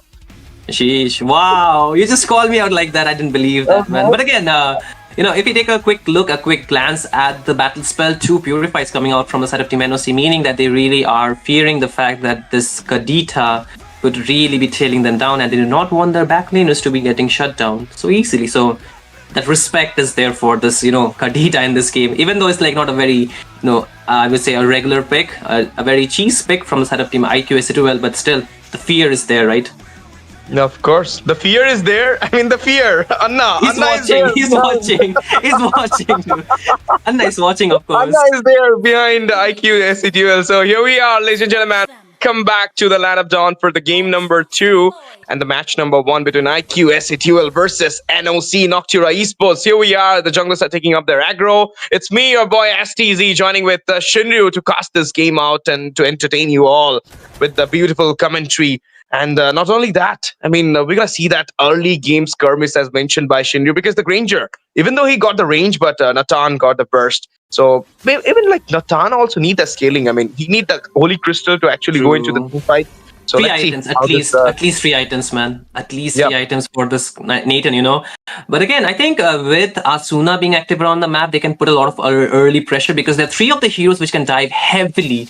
And you just have a Purify on towards the Eve, cannot really reposition herself. She might just, you know, use the immunity, but then again, against the Hilda, against the Hayabusa, she cannot do much. She will be sitting duck. But we'll see how it goes on again. The mid duo needs to rotate a lot to actually help the side lane to be kind of viable in this game, because in terms of the battles, like the emblems, we are not looking anything too out of the ordinary. For the Kadita, they have the, you know, the wilderness blessing, and it'll just be about the rotation. In terms of the map, this will be a flying cloud, but again, mid lane Kimi against Apex, but he's taking a ton of damage, should be okay. But oh, here comes Jay. Quad Shadow connected, Ruby Shadow Kill comes up, and it will be the first blood. He came, he saw, he conquered. This is what Apex do in the early game with the Hilda. Beautifully taken out that first blood. Such a good bait, right, from Apex. He just wanted them to use their skills, so, you know, Jay can just come in and pick up an early kill. But now bot lane, I think Anti might be in a bit of a trouble. Does not have that level 4 yet, but getting a lot of peel. Not a lot of peel, but a lot of, you know, HP getting shred down. But still, both of the EXP laner does not have the level 4, while the turtle has spawned. And Sarar Moon already starting it up here.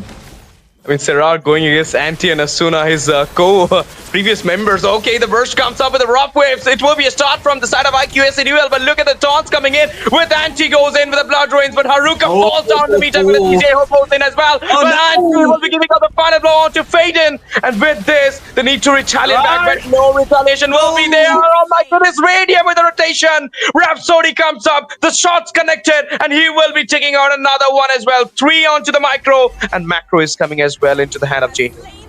4-0 plus the turtle. This is a very big win for the side of Team IQSATUL, and you know it.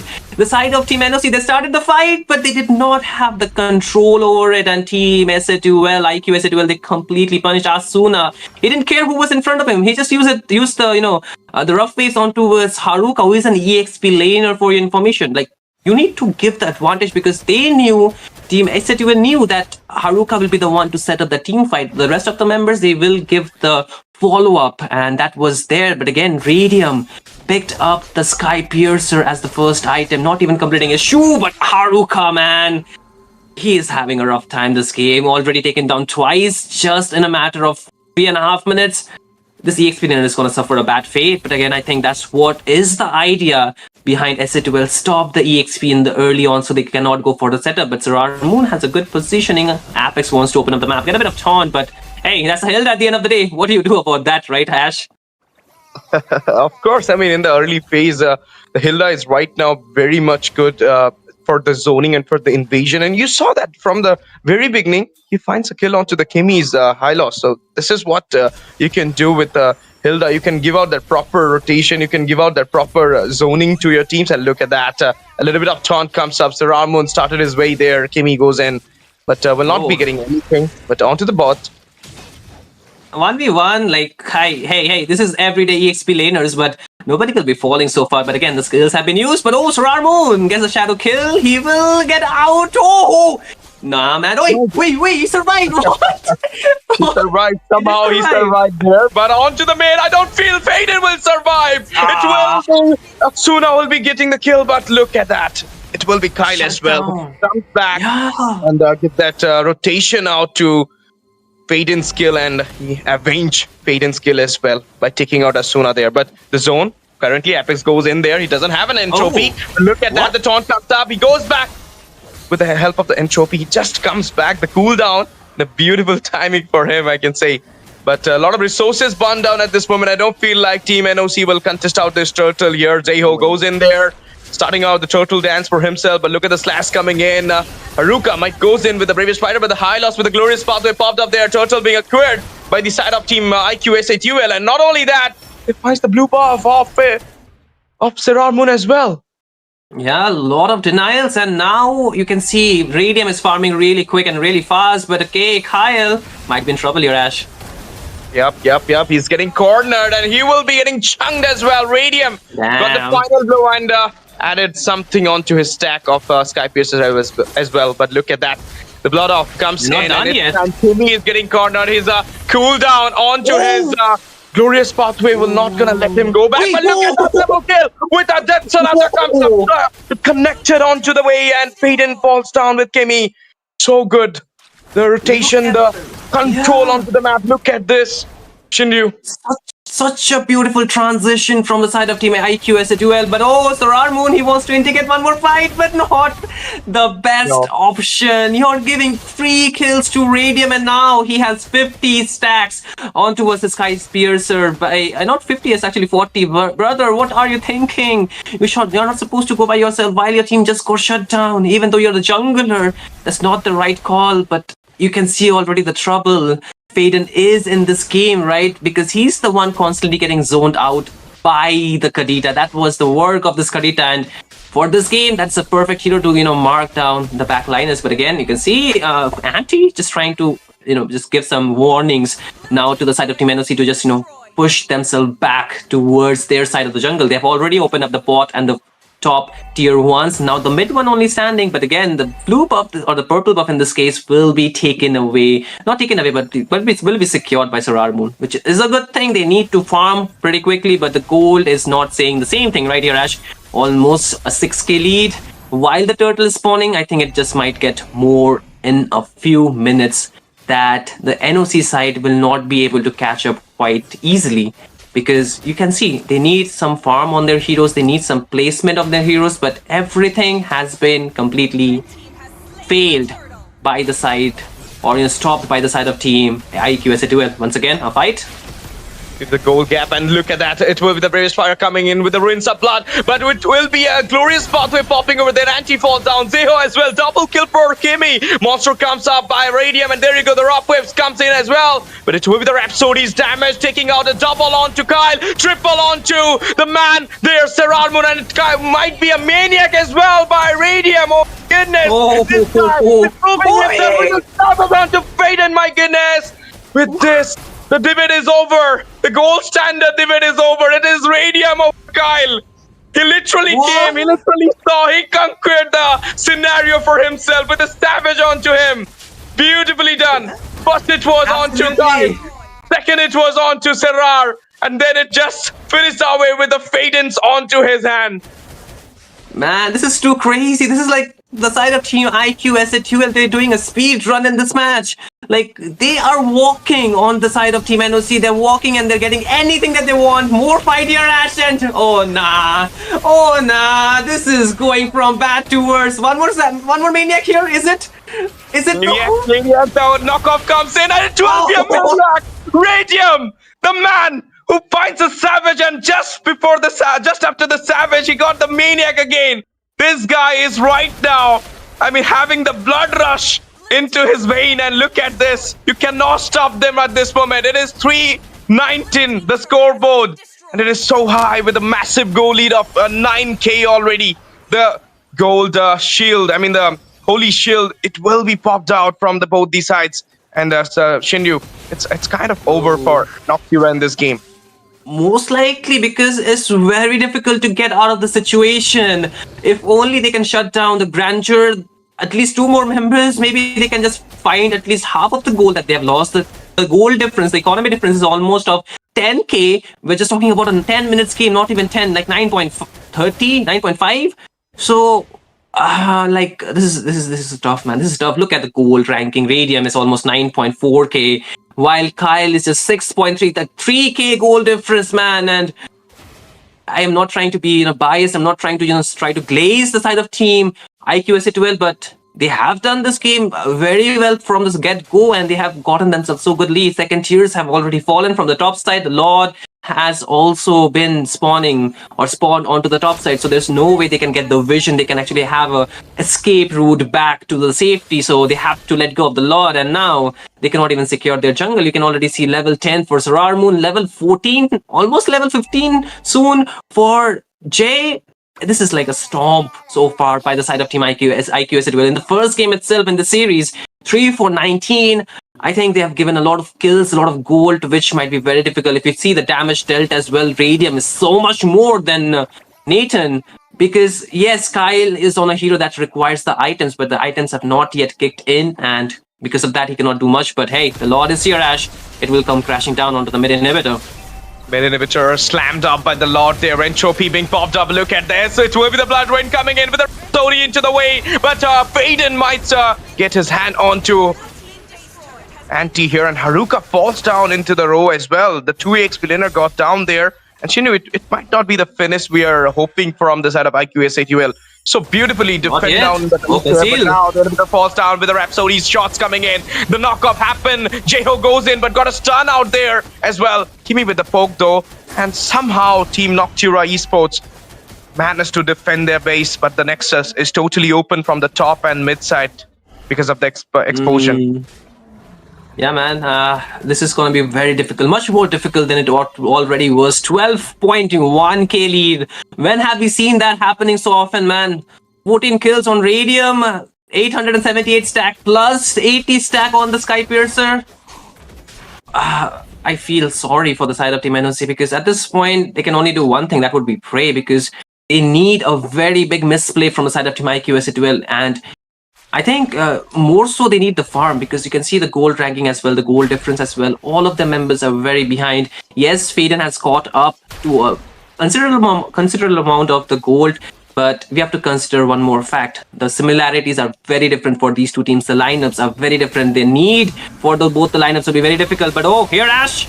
Legendary comes up for Radium with a Faden falling down, double onto Haruka. Now he's going for another Maniac at this moment. Kimi, he needs to go back there, but it will be Kyle as well. He's getting the damages inside the base there, inside the crown, and now it is annihilation. It is annihilation from the side of SATUL, and they managed to secure that win.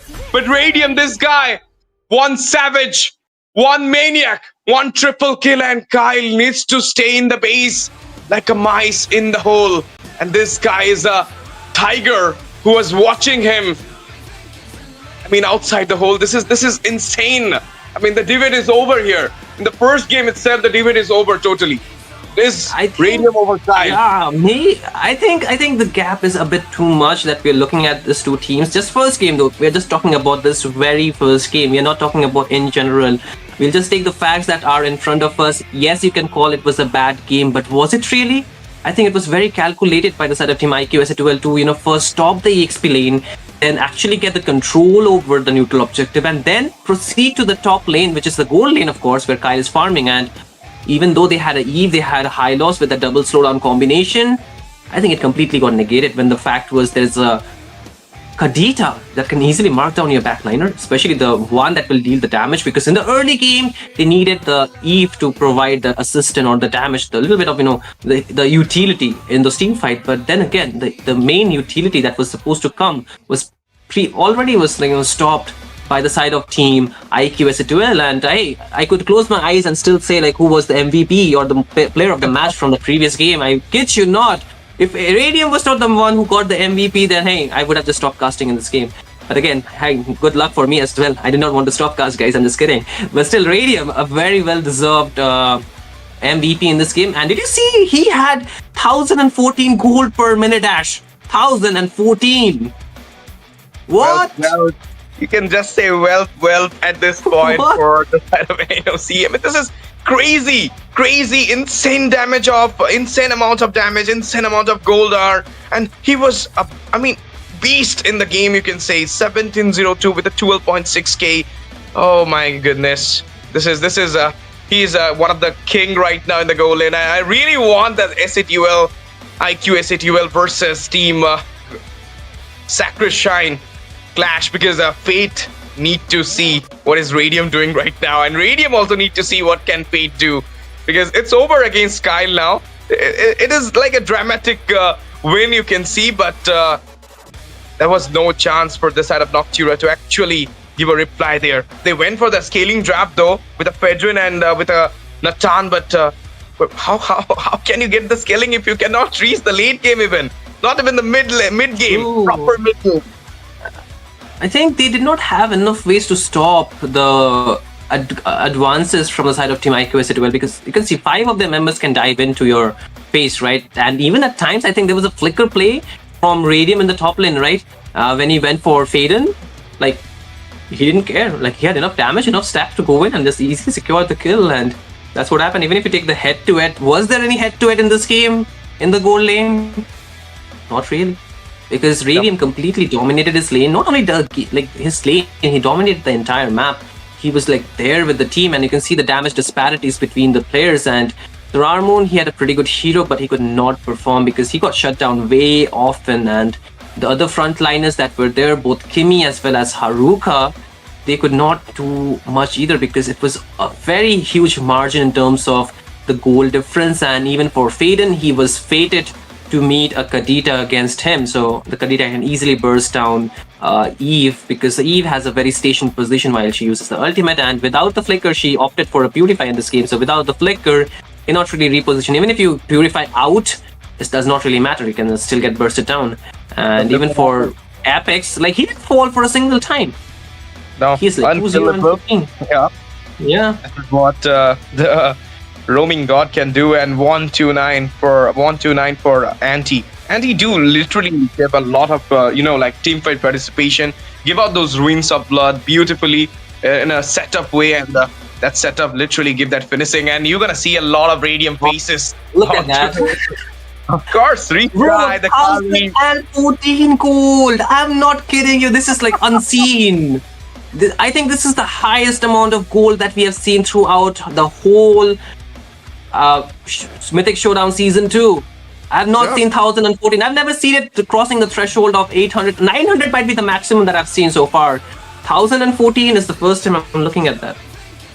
It's like Anna for a reason. Anna might be very happy from behind, like, my boys are doing great at this moment. All hail to Anna. Hail to Anna, man. Yeah. And now we are entering into the second game, and currently I believe Noctura Esports mindset would have been very much changes at this point, because the ruthless match just happened right now from the side of team onto the side of team Noctura by IQS. Literally, I think it would have been impacted their gameplay in the second game as well, because the domination was so high. They didn't even get the chance to even like flinch at the point. And even though the KDA of Kyle was so secured one, he played defensively 2-2-3. He was not giving his skills out there, but he was not even doing anything because of the scaling. He doesn't got the scaling at the point. And he didn't get the scaling, right? Yeah. Mm-hmm. Yep. And in the end, it is over for the side of Noctura, I believe, because we need to pull out some 2-0 wins. And they lost one, so it will not be a 2-0. Of course, it might be a 2-1 at this point. They can go for the reverse sweep, but then cannot go for the clean sweep, and this will impact them into the selection for the playoff, selection for the lands, which is going to happen in Guwahati. But guys, what will impact your thing? I will say that is the 3,000 giveaways right now going at War Drum Games in Mythic Showdown Season 2. And what do you have to do? A small thing for that. That is 350 likes. We have a mark already given. Reach 350 likes, and 30 lucky winners will be getting out 100 diamonds each today. And if you cannot reach, then no rewards for you all. And currently the watching is so high, so I believe, 90 likes is not much big, Shinryu, for a feat to achieve. This is like a child's play, just like how Radium did in the last game as well, I would say. But still, and it was a child play for him. But again, ladies and gentlemen, I feel even though the previous game was a very one-sided, more like a stomp, in this second game we might just see a bit of difference coming out. But again, in terms of bans, not so much.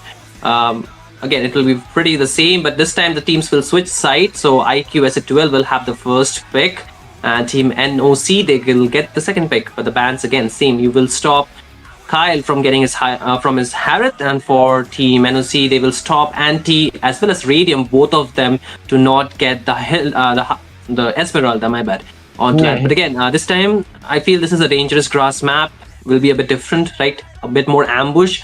And one fact that I really loved from the previous game was that only one person built the Sky Piercer. Like the Kadita did not go for the Sky Piercer, and even I think Jay did not go for the Sky Piercer as well. So in a way, this is much better, because if you're playing a tournament, if multiple people they build the Sky Piercer, then the stacks or maintaining the stacks is very difficult.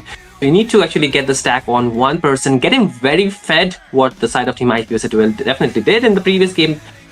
Enabled Radium to actually secure the skills and carry them. So that's a very good way. If not the Hayabusa, if not the Kadita, then let the gold laner do it. So I think for the side of Team NOC, they were trying to do the same, but their early game plan kind of just diminished the moment they were not really having that positioning into this team fight, because the side of SATL, they were, I think, a bit one step ahead of Team NOC. They knew what they were planning to do, and because of which they first stopped the EXP laner, so the engage became minimal. And then they were starting to mark Faden when he was trying to position himself, because it's very easy to mark Faden onto a Purify. And again, if you take a look at the previous draft as well, you can see some of the same heroes getting banned once again. The Alice this time, though, will be banned by the side of Team IQ SATL themselves, so they do not want that hero to be there. A new ban joining this time would be the Kalea, I guess, because Kalea was left open last game. The Grok is open this time. So if Apex want, then he can go for the Grok. If not, then maybe just go for the Lapu Hayabusa. Okay, Hayabusa. Okay, Hayabusa is still good. Repicked by Jay. I think they are trying to stop Srar Moon getting his Hayabusa. Maybe he'll again revert to pick the Fredrin, isn't it, Ash? Because I think that's one of his strong heroes too. I believe, like, why Fedrin? I mean, the Suyu is right now having the buff. You can go against a Hayabusa with the Suyu and you can easily counter it out. So why not a Suyu here? Like, he do play the Suyu. He's a ghost with the Suyu as well. I mean, I don't know why he's not taking his comfort, why he's going for the utility at this point. I think it might just be the confidence level, or maybe not the comfort level at this point. Not the confidence. I think it's more about the comfort with the lineup. I think they're not really. Terrarmoon is not comfort with Suyu. Maybe the team is not comfortable with that composition. That could be one of the case. But again, they pick up the Yuzhong, which I really like, because they need something to dive the backline. But if the side of Team IQ as well, SATL does not pick a hero into the backline that is a standalone mage that requires the peeling, then what is the purpose of the Yuzhong? Because the Hayabusa can easily wait. Yes, they have a very good dive with two of the heroes, the Grok as well as the Yuzhong, but I have seen even yesterday when Hide on Bush picked this hero, when the team is completely cut, from joining the team fight, the Dragon does not do anything. It's just a sitting duck, getting his passive triggered, but eventually falling to his demise. And that's not what you want the Dragon to be doing. So I hope they can actually enable the Dragon this time, because enabling the hero is one of the most important part of the execution of the draft. Because you pick a good hero, does not really matter. But if you do not have the proper execution, that is going to be the problem. But here comes a Zuxian as well as a Lapu. As you mentioned, you don't want to go for a stationary mage who can get vulnerable to the side of Yuzhong. They really went for that mobility kind of mage. I mean, Crimson Bacon, you have a Flicker, and you have a little bit mobility in the early game as well. So Yuzhong cannot catch you easily at this point, and he will get the hindrance with the Lantern Flare as well. I mean, that was the case. They were actually thinking to give out that Eve onto the side of IQ SATL, and then baiting out this Yuzhong for their side. And again, we're going to see that Fedrin onto the hand of Terrarmoon. I was hoping for a Suyu, but no. As my friend mentioned, like, they might not be comfortable with that pick. They might not be getting synergized with the Suyu's pick of Serrar. So they're going with another time with that utility jungler here. And I believe there might be a ban onto the Xborg this time from the side of Noctura, because it's more like the Xborg can go to the goal lane. But before we goes to we'll talk about the second banning phase. Shinyu, I mean, Kyle loves to play the Yuzhong into the goal. Do you think this Yuzhong can go with the goal lane priority? Could be. I think gold and Yuzhong can also work, but what are you going to put on the EXP lane? You can put the Arlot, maybe, but against the Zuxin. I do not like the R-Lord so much because they need something that can actually have a bit of immunity. The Garud Kacha is banned, so I don't think so they can actually, use the Garud to the EXP, but it's not worth it. Same thing, it's like just soaking the damage. It will be way too tanky. They need a bit more damage, I believe, because they have three tanky heroes. Now they lack the damage. I think the mid and the gold should be something of the damage type. That's why they're banning off the tanky heroes, because they want something to be a bit of damage. Maybe the Bruno, maybe the Claude, could be either of the one, or maybe again the Nathan. Once again, the Nathan could be the option. But this time, since they have already picked the mid lane, I love the fact they're banning away the Eve from the side of Team IQS as well. They know that this hero can come through, but look at that. They're banning the Grandeur themselves, so they do not want the Grandeur. They're trying to put something else on towards Radium. So, a different approach, isn't it? Yeah, I mean, Grok is already picked. There is a ban onto Khalid and Hilda. There is a Kalea. And so too, there is a ban onto the Alice as well. So, I believe, are we smelling a chip here for FX? Now that you mention it, could come through, but let's be realistic, or not realistic, but let's be a bit practical from their side. Oh wait, Faden actually pulled up the Selena. That's after a very long time. But hey, it's against the Zuxin, Hayabusa, and Lapu Lapu. Now they go for Baxia. How will that work? I am not really too sure, but I felt they need a bit more damage, but not in the form of Selena, though maybe they could have gone for the Lunox. The Kimi could have worked as well in this matter because they have 3 good peeling heroes. It would be very difficult for the Hayabusa to actually reach the backline that easily. The Lapu Lapu can, but the Kimi has enough ways to evade those engages. But let's see what they want for Radium, or maybe for Anti, because the Lapu Lapu can be a gold as well, isn't it? Of course, and if Anti really wants to go with, he can go with his 100% win rate kind of hero. That is the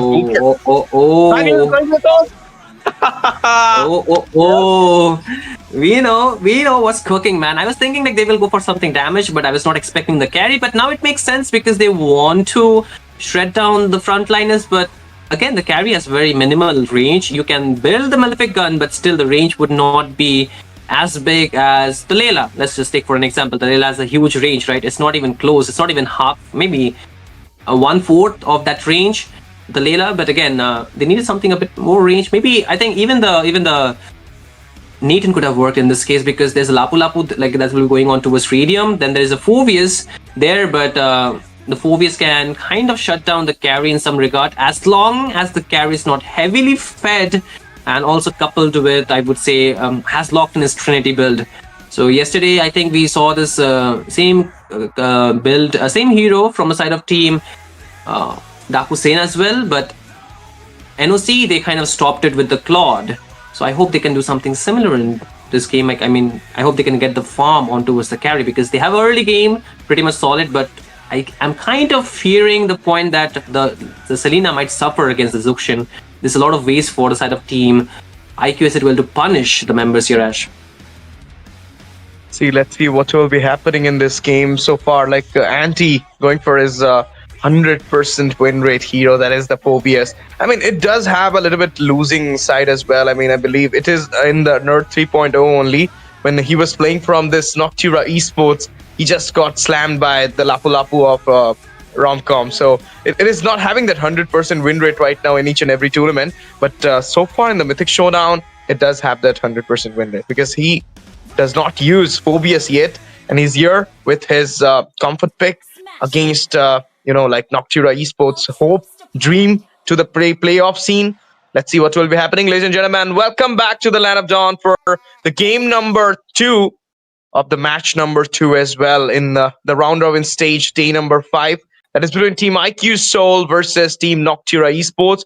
The previous battle has been won by IQ Soul. Not only won, they just destroyed Noctura Esports in that previous battle. But now it's time for Noctura to actually give out that proper setup, proper comeback for their team. Lantern Flare already coming in. Hindrance onto the Jukshin. Onto the Faden. Yeah, I told you, right? The mid will be a bit of a problem, but again, you can see Asuna getting locked in. Oh, he is still okay, because you can see the Revitalize used perfectly well by Apex out there. So a good peel for his teammate. But again, Jeho will easily secure the Little Wanderer, so getting that early level lead in terms of the stack on towards the Retribution as well will be very important for him. But again, the mid lane is completely being, gate kept by the side of team IQ as well. It's very important because they're trying to deny the level 4, especially for the two of the mid laners, and also preventing them from rotating around the map. So they're achieving two things at the same time, which is very important. This is not only hampering the map control, as well as also giving less intel about where the Hayabusa is, or from where the Hayabusa will go in and engage. As you can see, the mid lane has not been stopped yet, but again, there comes the arrow, connects. But will they commit is the question here, Ash. They're going in, but oh no! Asuna falls, first blood, locked in. Beautifully taunting him out there, but what is happening onto the top side? It will be a 2v1. Zeho will be just securing the kill onto Haruka and settling the micro scores before the turtle. But now the turtle setup, it is kind of a early start from the side of team Noctura Esports, and I believe Kimi will give a lot of hindrances onto the turtle side, and it will be the first turtle getting into the hand of the side Noctura. And there you go, a little bit of taunts coming in with a poke onto the Kimi, but GG zone comes up. But again, Faden goes in, and there is a stun comes up with a taunt coming in, and this time the freezes wave comes up as well. But still, oh my goodness, the arrow! Oh goodness, what the flicker! Goes in, a little bit overextended, but he will be checked down. Asuna, with all odds, he finds himself safe in that position. Yup, that is a tank build, Zuxian, I would say, because the Zuxian nowadays they go for the basic common emblem with the tenacity and the bravest smith. So you can see it's right there, Ash. That is the tanky one. So it's very difficult to actually punish with that kind of emblem setup. But again, side of team IQS well, despite losing the turtle, they're still able to control the gold.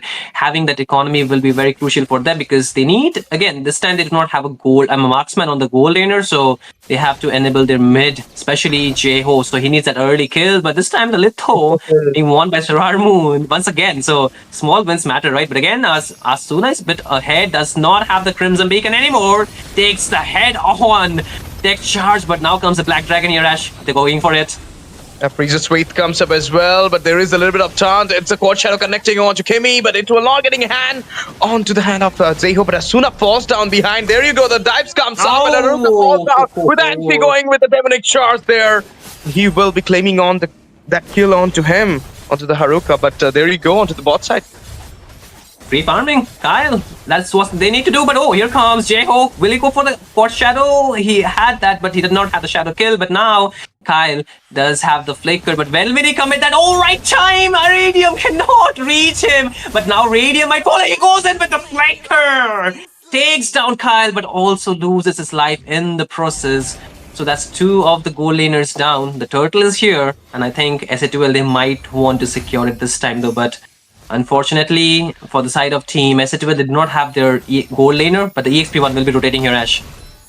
OBS comes here, there. Lantern Flare coming in as well. Anti goes in, the tech charge comes up, Quad Shadow being reused, and it will be Anti giving on Kimi. He falls down there with a turtle right now. Might be getting secured out by the side of Team IQ Soul. But before that, look at this. Anti still not stopping. He's going inside. Double being secured. Shutdown happened with that Freezer's Wraith coming on to Anti. It might be that taunt. Not that Freezer's Wraith, just the taunt. And Jeho finds the turtle into his hand. Hayden couldn't do anything. He goes back. But look at Kyle onto the top side. He was actually going for that. But there is a fight coming in.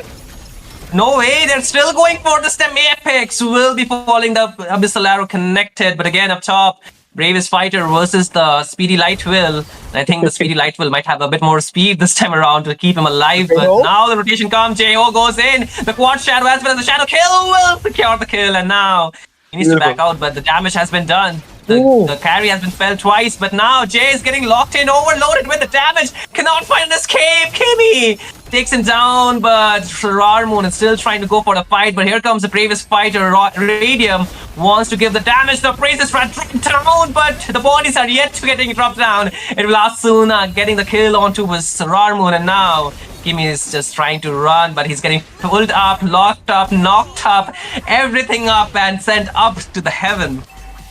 Of course, but into the mid side. I mean, Kyle One strategy is to push out all those tiers, but into the mid side, he's giving out the pressure with the lane. But look at that, Zeho comes in, and with that, Apex gives out the rotation. Kyle might pause out at this moment, but look at the damage coming in and goes with a quad shadow. Oh, still backline survives, goes back in, man.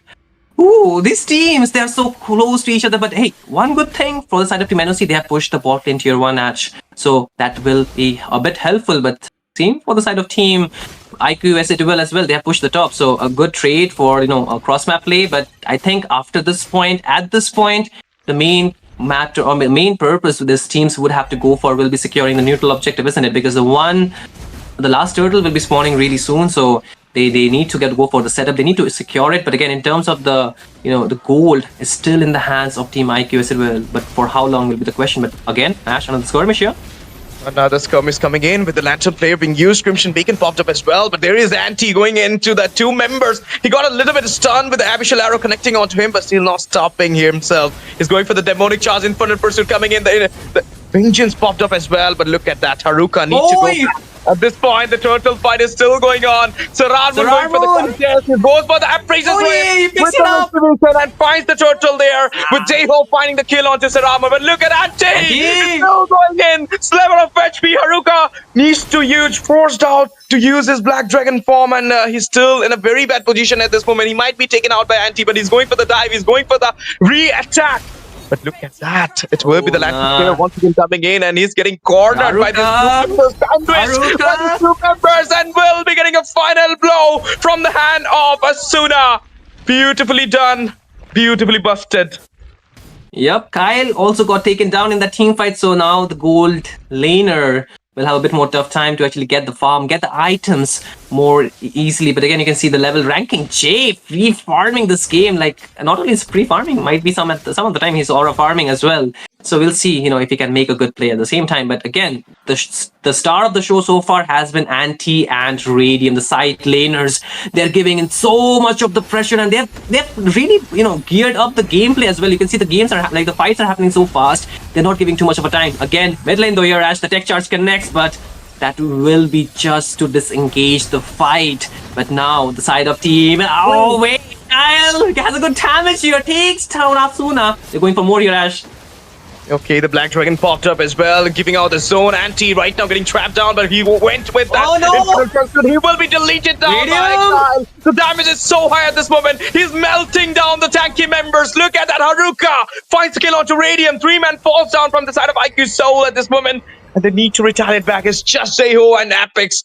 And with this, there is a hope for Noctura Esports to make their comeback into the scene.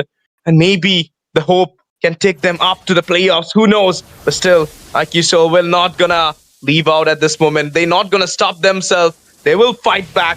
They will make sure that they will give another 2-0 and another points into their round robin stage. You know what? Despite everything, the goal is still in the side of Team IQ Duel. So I think NOC, they need to get back the goal. Another stun connects, but the tech charge will not. Che finds the escape for now, but the main target or the main priority for these teams would be the Lord. So I think they need to keep Skyle safe for now, give as much as spacing or bait as much as skill they can out of Team IQ Duel, especially take down Radium, Anti, then they're good to go. But again, J-Ho wants to lock on towards Faden, and no way, man. That's a Hayabusa locking you down. Even the Flicker will not save you. And now it's a 4v5. And look at the position from both Anti as well as Apex, man. They know something, and Kimmy will open up the map, but the team, they're kind of far away. Let's see. Sarakin comes up. Sarakin go for that Appraiser's Raise Retribution combo. Right now, Haruka going in with the zone, and it will be the Crimson Bacon Lantern player coming in as well. A lot of maintenance has been done to Saramon, but look at that. Haruka managed to do something onto the map, and Zeho needs to retaliate back. Lord got reset down there. He right now being zoning out. Saramun goes inside the Lord zone, and he will be taking out the first Lord into his hand. Quachero comes up. Oh, Haruka falls. Damn, but still the side of Team NOC will take the Lord away, and now Team SHUL, they want to take more engage, but a Praise's rat drops. Apex is low on HP, but still they cannot take down the kill. But there goes Radium on the turret. He's still trying to survive. It's not Radium, it's actually Anti who falls now. Asuna takes a lot of damage. The flicker committed from the side of team. No NOC, but Asuna 2 falls. 2 bodies down. 3. Kyle gets a double now. Jeho is on to the run with the quad shadow, but he's out of shadow now. He gets locked in. 4 members of Praise's rat drop down, but Faden, he gets the shutdown. Apex all by himself, while the side of Team IQSHL had lost the vision from the Lord, which will be marching from the bot lane. The push is here from the mid lane. Team NOC, they can try to end the game. The death timer is not too long. Team IQSHL should be back on map. The Holy Defense still there, so I think it's not a game over yet here, Ash. So there's still time. There's still time. Both the teams, they need to make the right decisions here. Is the debate back? Is Kyle back? Is Kyle online? Yeah, maybe. This time he's on a marksman, right? So should be a better game. I mean, last game he was too, but he's fed. That's the difference, right? Okay, let's see what will be happening. But right now, the Holy Blazes are still standing on, but no. The minions marching in will be popping it out as well into the mid side. Onto the top, though, they do have the Holy Blessings already being not being popped out because of the second tier standing there. And there is a Sarar Moon who is taunting out and giving out the zone properly. But this is the thing. You need to stop out Kyle at this moment. And the backline diver, it is the Hayabusa and the Jushin, I believe. Tech charge comes up. Oh, once again, but they cannot convert Asuna, Crimson Beacon out. But again, another Abyssal Arrow connects, but they would not want to commit. Now the priority is the Lord, but again, look at Apex. He's trying to bait out some kills, but again, here comes engage onto his Kimmy. But he say, okay, but again, the stun connects onto his Anti. He's using the Avengers to survive for long. But how long is the question? The side of Team NOC, they're committing everything. Haruka will get a shutdown. Or the Slain onto was one more member, but now the Petri combo connects onto his Anti. He too falls. Haruka picks up double the shadow kill onto the backline. But it will be enough to take down Faden, but now he's out of options. Kyle is there, so is Kimmy, and he has to say goodbye. The Praise's rat drop down onto the mid lane. The Taunt 2 connects onto his Apex. They're trying to lock him down, but not enough damage to take him to his death. But the bot lane, you can see, charge connects, but it misses out. But Radium clears out the minions, but more waves are coming from the mid and the bot. So the side of Team NOC, they have not yet been able to crack open the inhibitor yet. But again, the Lord here, Ash, is still due. Both the teams should be available for taking it down. Of course. And this is the thing we're talking about. And when the carry got the early game snowball, he will be an invincible warrior. He's a tank killer. And he's right now doing the same thing. And look at that. The Lord clearance will be so fast at this moment that IQSHL will not have any chance to go for the contest. They actually went for it, but they're not having it because before they can reach it out, the Lord will be damaged. It will be taken out easily. And now the taunt comes up. Sarar Moon in a very bad position, but he managed to retaliate back. And with this, the second tier falls down. All those tiers goes down with the Wraith Sea acquiring the blue sea there. And not only that, there is a taunt coming in. There is a fight coming in. Monster being secured by Kyle on Asuna. Not only that, he's going for a double at this moment. Anti falls down. Can it be a triple at this point? Let's see. He's melting out at this moment, and he will be securing the triple onto Apex. Savage might be incoming, and he will be destroying out the inhibitor. The quad shadow kill combo comes in, but the gold standard is back. He is giving that gap onto Radium. The Praise's reason the Savage comes up. First match it is Radium. Second game it is Kyle. The goal laners are literally defining the game here. And it will be a game number 3 we'll be entering in because Team Noctura Esports just win the game in the second one and make the score into a tiebreaker 1-1 in this BO3 series with a Savage onto the hand of Kyle. Why only Radium will do? Why cannot I? The debate is still going on. It is not over yet. I am back. I'm online. I'm conquering this match again. It's like, let my gameplay answer your question, right? He proved us wrong. Kyle, he said the debate is not over yet, guys. He matched up the tempo. Like it was not looking as in the first game, but this time it definitely was a very good game for Kyle. I think he got free farm, he got free space to get his item, and he was like monster equally compared to the last game, how much of Radium was, and I think he really pulled the game coupled with his team, they performed so well. Haruka, like going in, marking the backline, like it was such a beauty to watch. And I feel much props goes to how the side of Team NOC kept their carry safe. It was like, the carry was the carry of the game, right? So he delivered, man. He delivered, and I will want to see him on the MPB scene, but no, it's a rare moon. Steal the show, man. He steals the show, and I think he did pretty good himself too. Of course. I mean, this is the comeback we are hoping from the side of team, NOC, and this is Sarar Moon who is getting the MVP here with a KDA of 2-3, not 2-3. There's a KDA of 3-15. That was the assist. That was the taunts he was giving. That was his presence in each and every team fight. And being a chunky one, he was literally, absorbing all those damages. And if you have seen the damage taken, that was a 72.0k mark onto Kimi.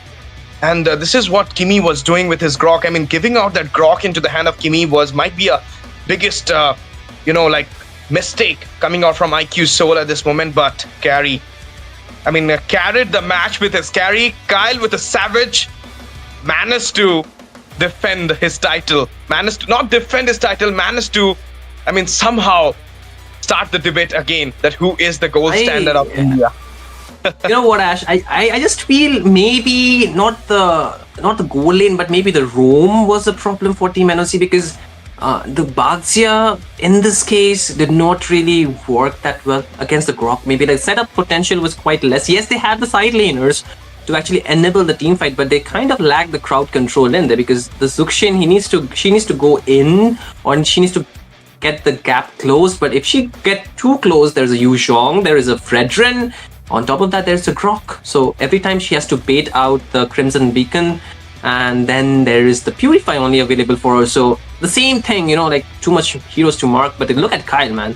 He had his complete build, just fell 3 times. Like, he was shut down in the early game, but that was just in the early game. After that, he pulled up the pace and he was there to, answer back. But in terms of damage taken, Radium did very good, but I think the Hayabusa, he kind of fell off in the late game. He was trying to go for the shadow kill, but the damage was distributed among the members, and because of which, after his shadows were over, the side of Team NOC tried to mark him then, isn't it? Of course, Shinryu. And Faden with the Selena, what was the thing we were sussing about, and we're not sure what he gonna do, but he was absolutely doing miraculous gameplay, miraculous outplays there with his Abyssal Arrow. His Abyssal Arrow was connecting onto the Jukshin, also onto the Apex, and having this Baxia around there in the dangerous grass would have been a better pick, but it could not give that much effect, you can say. But True. Still, it with a 029. But Anti, this guy with the Phobias, somehow managing to give out that vibe that IQ SATUL might gonna give out the 2-0 clean sweep, but then NOC happened there with those chunky picks, and there you go, the wingman. It is Faden. The sandbag, it is Apex. The carry, it is obviously, Sarar Moon. No. Kyle is the carry. Kyle is the carry. Oh, wait, the carry, right? Oh, yeah, you're right. I thought you're mentioning about the hero carry. Kind of, same words, right? But a bit different. So, yep, the carry of the game, Sarar Moon, definitely, Ash. But still, Shinryu, 1,000 gold per minute is still a dream for both. Damn, no way. That is untouchable. Like, I think that's a different standard set by Radium in the previous game. But I think Kyle, he was able to match the aggression to a very good manner. But still a bit of refining is required, because NOC, they won the game, but they had to struggle in the early game. That is also provided that they had a late game draft too for the gold laner to get enabled. Before that, the Selena could not really work too well, let's just say, because the stuns were connecting, but who's gonna go in? Like, how is it gonna go in? Because there's so many ways to punish. But I feel in the late game, the damage was enough. The shred was enough, basically, by the carry to punish the frontliners. And even if you have a hero as tanky as the Baxia, but if there's a carry who's a tank butcher or a tank killer, right, it's pretty much, free hero to actually hit on. So I feel, in a way, maybe just go for a bit more set heroes, or a hero that can actually provide more pressure Because yes, I get what they were trying to do with the Barks. They were trying to just get the vision, get the the anti-heal or the anti-region in the map. But still, like, I think for Apex, he's more of a playmaker. He's the one who set things up with the side laner. So give him a hero that can get set more, maybe the Grok or something like that. Because giving the Grok to the other team was not the right option, like you also mentioned. Because Kimi, he's also very good with the Grok himself, isn't it? I think Noctura, the God Slayers, they managed to pull out a win against RNT, take out the game into the third decider, and now against SADUL as well, they're going for that third game decider. So both the teams literally felt some, like pressure against Noctura Esports. Even though they're losing out, chances for the playoffs is a little bit low, but still they're pulling out that A game, and this is because of Kyle and Kimi's combo. You can say Saramun as well, but now we're heading into the third game decider, the tiebreaker. And as IQ SATUL just pulled out 2-0 fashion yesterday for 2 times, not only for 1 time, for 2 times. Is about to go for that hat trick, but it is Kyle with the Savage who managed to halted the Stapes, who managed to give that stop in this road for 2-0 fashion for IQ SATUL. But we'll be heading into the game number 3, and right now, I mean, there are a lot of picks being open, a lot of picks like they can come up with 2 games. And we saw that Radium and, not Radium, it is Jeho and Saramun went for the same picks, the Fedrin and the Hayabusa. Do you think that there's going to be some change into the jungle for both these sides, or they will still go for their same picks and going to show the same strategy? But I don't believe, because, like somehow in the third game, you really know the strategy, you might going to counter it out. So I believe a little bit change is needed. While I agree with you, I think banning of the Hayabusa is not the option here, because they need to ban the Esmeralda, the CC, as well as the Kalea for some reason, because those heroes are very impactful in the game. The Hayabusa, we see the impact, it is there, but in the late game it kind of wear off, right? We saw what was the fate in the last game for the Hayabusa. He was going in, he was getting the mark properly done, right? He even got a kill onto his Faden in the Lord Pit. That was there. Like, that pressure will always be there, but if you talk about the entire team fight, while he can only go in would be the point when the members are low on HP. He cannot go and instigate the team fight. If he tries to go and do that, then he will be already stripped off his HP. He'll be forced to recall, and then the fight already becomes a 4v5, and it will be favoring the other team, isn't it? And while for Saramun, he's on a hero that can auto regen, because he's gonna build the Guardian helmet. So he's gonna get the regen maximum number of the times, and even if he does not, if he uses the Appraiser's Wrath, he can get the regen. And I think one of the factors which is also very important for the side of Team NOC to win the last game was actually securing the Lord into the team fight. Once they got the Lord advantage, they had to just do one thing, maybe get the shutdown and maybe get the pressure being built up. But this time you can see IQ SATUL will still have the first pick. I think they have won the toss here, so NOC, they will be for the second pick, but this time Faden's hero is banned. So that is the only change that we are glowing and looking for. But look at that, man. The Eve being the first pick option. So the priority for the Eve is still very high for most of these teams. But again, you're giving away the Grok. Is that the right option? I will tell that before I tell our viewers that the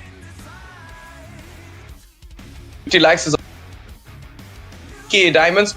Please like the stream. Please interact in the stream. If you really want to be in that 30 lucky names for the 100 diamonds giveaway to each members for 30 members, of course. And not only that, you need to join our Discord server and follow us in our Instagram and social handles to know info about the giveaways, about the LAN which is going to happen in Guwahati, and more about the tournament. So please subscribe the channel, like the stream, comment in the stream, and do not forget to share the stream to your friends. And let's go to the game right now. Let's go to the draft section, Shinryu. And it is about the bans currently. A Selena Respect ban, which was kind of not believing for my side, because in this meta, you were going for a Selena ban just because Faden pull out a big game in the last one. But you're leaving out a lot of picks with that ban. I mean, there is the Forza, there is the Jushin. They can go for the Jushin as well. And again, okay, Haruka with the comfort this time though. Yeah, not Haruka, it's actually Anti with that hero, I believe, because it's the side of team IQ SATUL, right? So I mean, for Haruka, yes, he's also in his comfort. I think for him, this Alice suits really well, right? So they're trading off the Alice for the Yuzhong, but still for Sarar Moon, he's going in for the Fredrin once again. So meaning that he's still gonna be using that hero for himself. So 2 of the last game heroes have been repicked. 2 of the heroes which were banned, one of them will be picked by the sub-team IQ SA12, the other one will be inside of team NOC. This kind of reflects the fact that these heroes are very impactful. At the same time, like Ash already mentioned, banning the Selena in this game is really showing the respect they're putting on Faden, because I think Faden is one of those very good Selena users. Like, and there are multiple utilities for the Selena as well. One, that you can get the vision. Second, you can get the stun. And the longer the stun distance is, the longer the stun duration will be as well, right? So in a way, I think that really puts a lot of pressure when you're playing the heroes like Eve and everything, because you cannot use your skill. And now with the dive that is there from side of team IQ SA12, it's looking much better, because I mentioned for Apex, put him on a hero that can go for the set. I think for him, making those sets are very crucial, because his team needs that. And I think with the box range or with the hitbox the side of team IQ SA12 are playing in this game, it's going to be really very important for them, because you can see the side of team Noctura, they want to play in their own AoE space as well, right? Because they have the Alice, they have the Fredrin, and both of them can get melted with the Eve. So at this point, they... Okay, I was not expecting a Balmond ban, honestly, but then again, it works. You know, it actually works, because against the Fredrin, the Balmond can free hit, then you also have the true damage out of the lethal ignition. So maybe it is not lethal, I mean, lethal counter, not the lethal ignition, my bad. Lethal ignition is the emblem. So the lethal counter can dish out the true damage, right? So because of that, maybe that is what Team NOC are thinking the side of Team IQ SA12 might pull off. But they can go with a Gwynny. If you're thinking so high for a Balmond, then they... True. You're actually right on spot about that, man. But it's fine. Yep, they have some strategy into their side. Yes, actually. Seriously, double. Yeah. But actually, they can actually go for the Guinevere if they want. If not the Hayabusa, maybe the Guinevere, or maybe even the Baxia jungle, right? No? Yep. Baxia jungle, it's gonna walk again. Of course, why not? But J-Ho, he loves to play those Fanny, Hayabusa, Suyu kind of picks, those assassin kind of picks. But there you go. Faden. Fancy mid laner. Going for the Valentina pick. I mean, last time it was kind of raunchy with that Selena, but this time it is with the Valentina. And you're gonna copy out that RWM, the Desert Tornado, not the Desert Tornado, the Raging Sandstorm, and more to come. Who knows? Like if they will go for that Guinevere, maybe then you can go with the Valedictorian as well. If not the Guinevere, maybe the Suyo. If they do not want to go for the utility, maybe if they want to go for the damage, I think if that they are not wanting to pick the Hayabusa, maybe the Suyu could be the next best option. And apart from what I have seen, Jay even playing the Sun in some games, like it is long back, but still I think the Suyu will be much better option here. If not the Guinevere, if not the Hayabusa, because they needed some kind of assassin, and this really works well. Yeah, they went for the Suyu, so accurate with the draft. And not only that, they went with the Thamuz this time, and this Thamuz EXP, whereas the gold Yuzong will be played by Radium here. Another time, another carry pick. Savage. The Savage didn't work this time. In my mind, not only in my mind, but into the IQ SA12 mind as well. But this time, I believe Anna have some strategy against this carry, and IQ SA12 might gonna give out that 2-1 victory for them, or we're gonna see a reverse sweep pattern coming out from NOC, because last day it was NOC's day. They managed to pull out their first win in this round robin stage against Takusena, and again another Mumbai server game, and it is between Team IQ SA12 versus NOC. And last match, turning event match, you can say a tiebreaker, you can say it a match point for both, you can say it a do or die for both, or you can say it the heaven's call, whatever you want to say it. But it will gonna define some points into the point table, and it will also gonna define the tour to the playoffs, the possibility to the playoffs for Noctura Esports.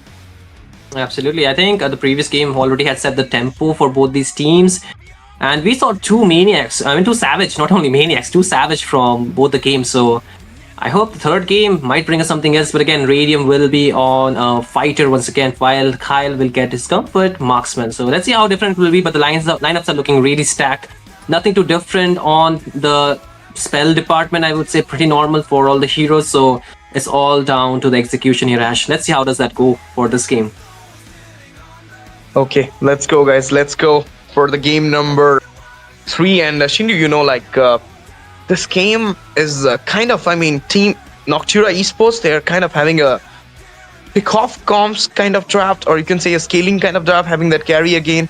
This time, the last time it was IQSATUL who couldn't manage to give out that carry a hindrance in the early phase. So this time they might gonna change their path, might gonna give out those early game rotation into the goal lane and some skirmishes into the goal lane so that the carry will not get the early game snowball and not gonna scale out in the late and gonna melt out all those members from IQSATUL. And they do have a Khalid, so they can mark him out easily, the backline diver. And Thamuz at the same time will have the impact onto the team fight participation as a damage dealer and as well as to slowing down the enemies. Here we are, ladies and gentlemen, for the game number 3 between Team Noctura Esports versus IQSATUL at War Drum Games Mythic Showdown Season 2. The defending champions yet to pull their second win in the round robin stage against the Giants, who just showed their face yesterday and managed to clinch out 2-0 fashion kind of win. It is me, STZ, with Shinryu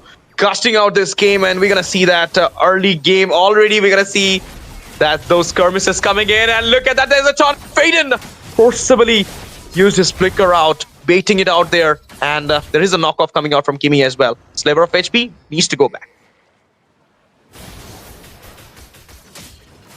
Yep, absolutely, and this is the early game pressure the side of the team IQSATUL can put, and more this kind of pressure will bait out more resources out of NOC, so they need to really be careful about not really reducing their choices too much for the contest into this first middle objective, which will be very important for them because they need the scaling as well. And if we talk about the emblems, but before that, Sarar Moon is getting really engaged on heavy, will not get that level 4 secured because you can see 4 of the members are lurking in the vicinity. Haruka as well as Kimi needs to rotate for him to secure that, but the wall will be drawn there and a bit of damage coming through, but can they punish here? I don't think so, but here comes Jay, who is still level 3, gets the retribution, steals away that lizard from Sarar Moon, still kind of restricting him into just not getting this level 4. But again, Ash, the small wins, the small goal lead for the side of Team IQSATUL is like a wonder. And with this turtle already coming up, I think they should be the more favorable side to take it down for themselves. Yeah, because of the level 4 mark, early level 4 mark for this. And like Sudu is easy to take out those turtle, but there is a fight. The charge comes up. Okay, the charge comes up there, but it will be Haruka backing down himself, and the turtle dance already started from Zeho. Nobody is there to zone him out as well. Level 4 mark for Haruka, and there you go. He might go for the Arena Blood, but before that, Retribution will be taking out the turtle. And there is a fight coming in, 2v1 going in there into the bot side, but into the mid. Faden, he needs to get back. Yeah, man, I think it's a good turtle take. So far, the team fight has not been so crazy that it will just, give a definite early game victory to either of the side. But again, the pressure is something that NOC had to constantly go through and constantly be wary of. You can see they already had to, submit a lot of the map space, because of which they cannot really secure the first turtle. And now they have to even let go of the goal lead in the early game. So securing that level 4 will be very crucial. You can see already for Faden is still level 3 and will get engaged on, but a level 5 Thamuz out there and has to again forcibly use the flicker to get out of the RWM. So many resources just to give the warning shot, and even for Sarar Moon, he's trying to go for an engage here. Apex is a target, but the Raging Sandstorm, both of them used, but neither of them connects at the right spot. But look at the Black Dragon coming in now. Now Faden doesn't have a flicker to bait it out, and this time Faden will be the one getting out, and first blood will be secured. Apex falls down as well. Kimi got the man into his hand, and in the meantime, Radiant falls down there for the overextension. It is Haruka who gave out the rotation from the EXP to the mid and finds the kill. This is the thing, Thamuz with the speed cannot rotate out so fast, and this is not a expanding river.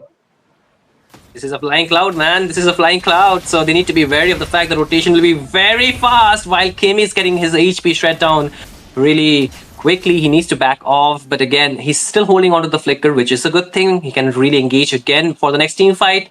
But I like the fact the side of Team NOC are finally giving some answer back, because that will be very important. But again, Kyle will be constantly the target this game by the side of Team IQS. Well, you can already see they're trying to just stop the minions, freeze it up, so you cannot get that farm early on. So this is a very good strategy by the side of Team IQS to stop that scaling for the Scary in the early game.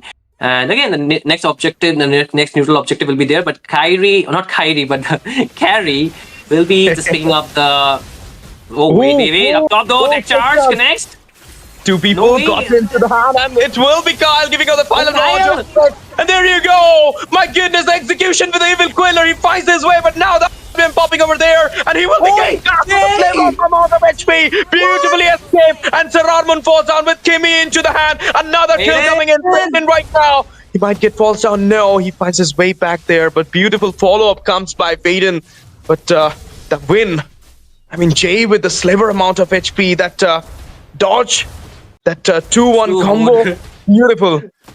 Too good, man. Like, he was stuck there for a few seconds, but then suddenly the RWM was spot on by Asuna to help him just, get out, because the slowdown really stops Sararmun from pursuing him. And now, again, the turtle is here. Look at Anti already chomping onto his Haruka. Needs to back out because he does not have the artillery behind him. But now Anti wants to commit for that. He's so on HP. The Throne of the Ruins will be used, but the damage is already done. Who is going to secure the turtle? It's going to be Jay, hoping it up. But again, the members to the side of the team IQ is still alone. HP, they're still trying to fight it down, but Haruka, he gets chunked down, fallen in the hands of side of Team Asuna, from the side of Team IQS, but two of the members will get traded off, and now Kimmy all by himself, isolated, punished.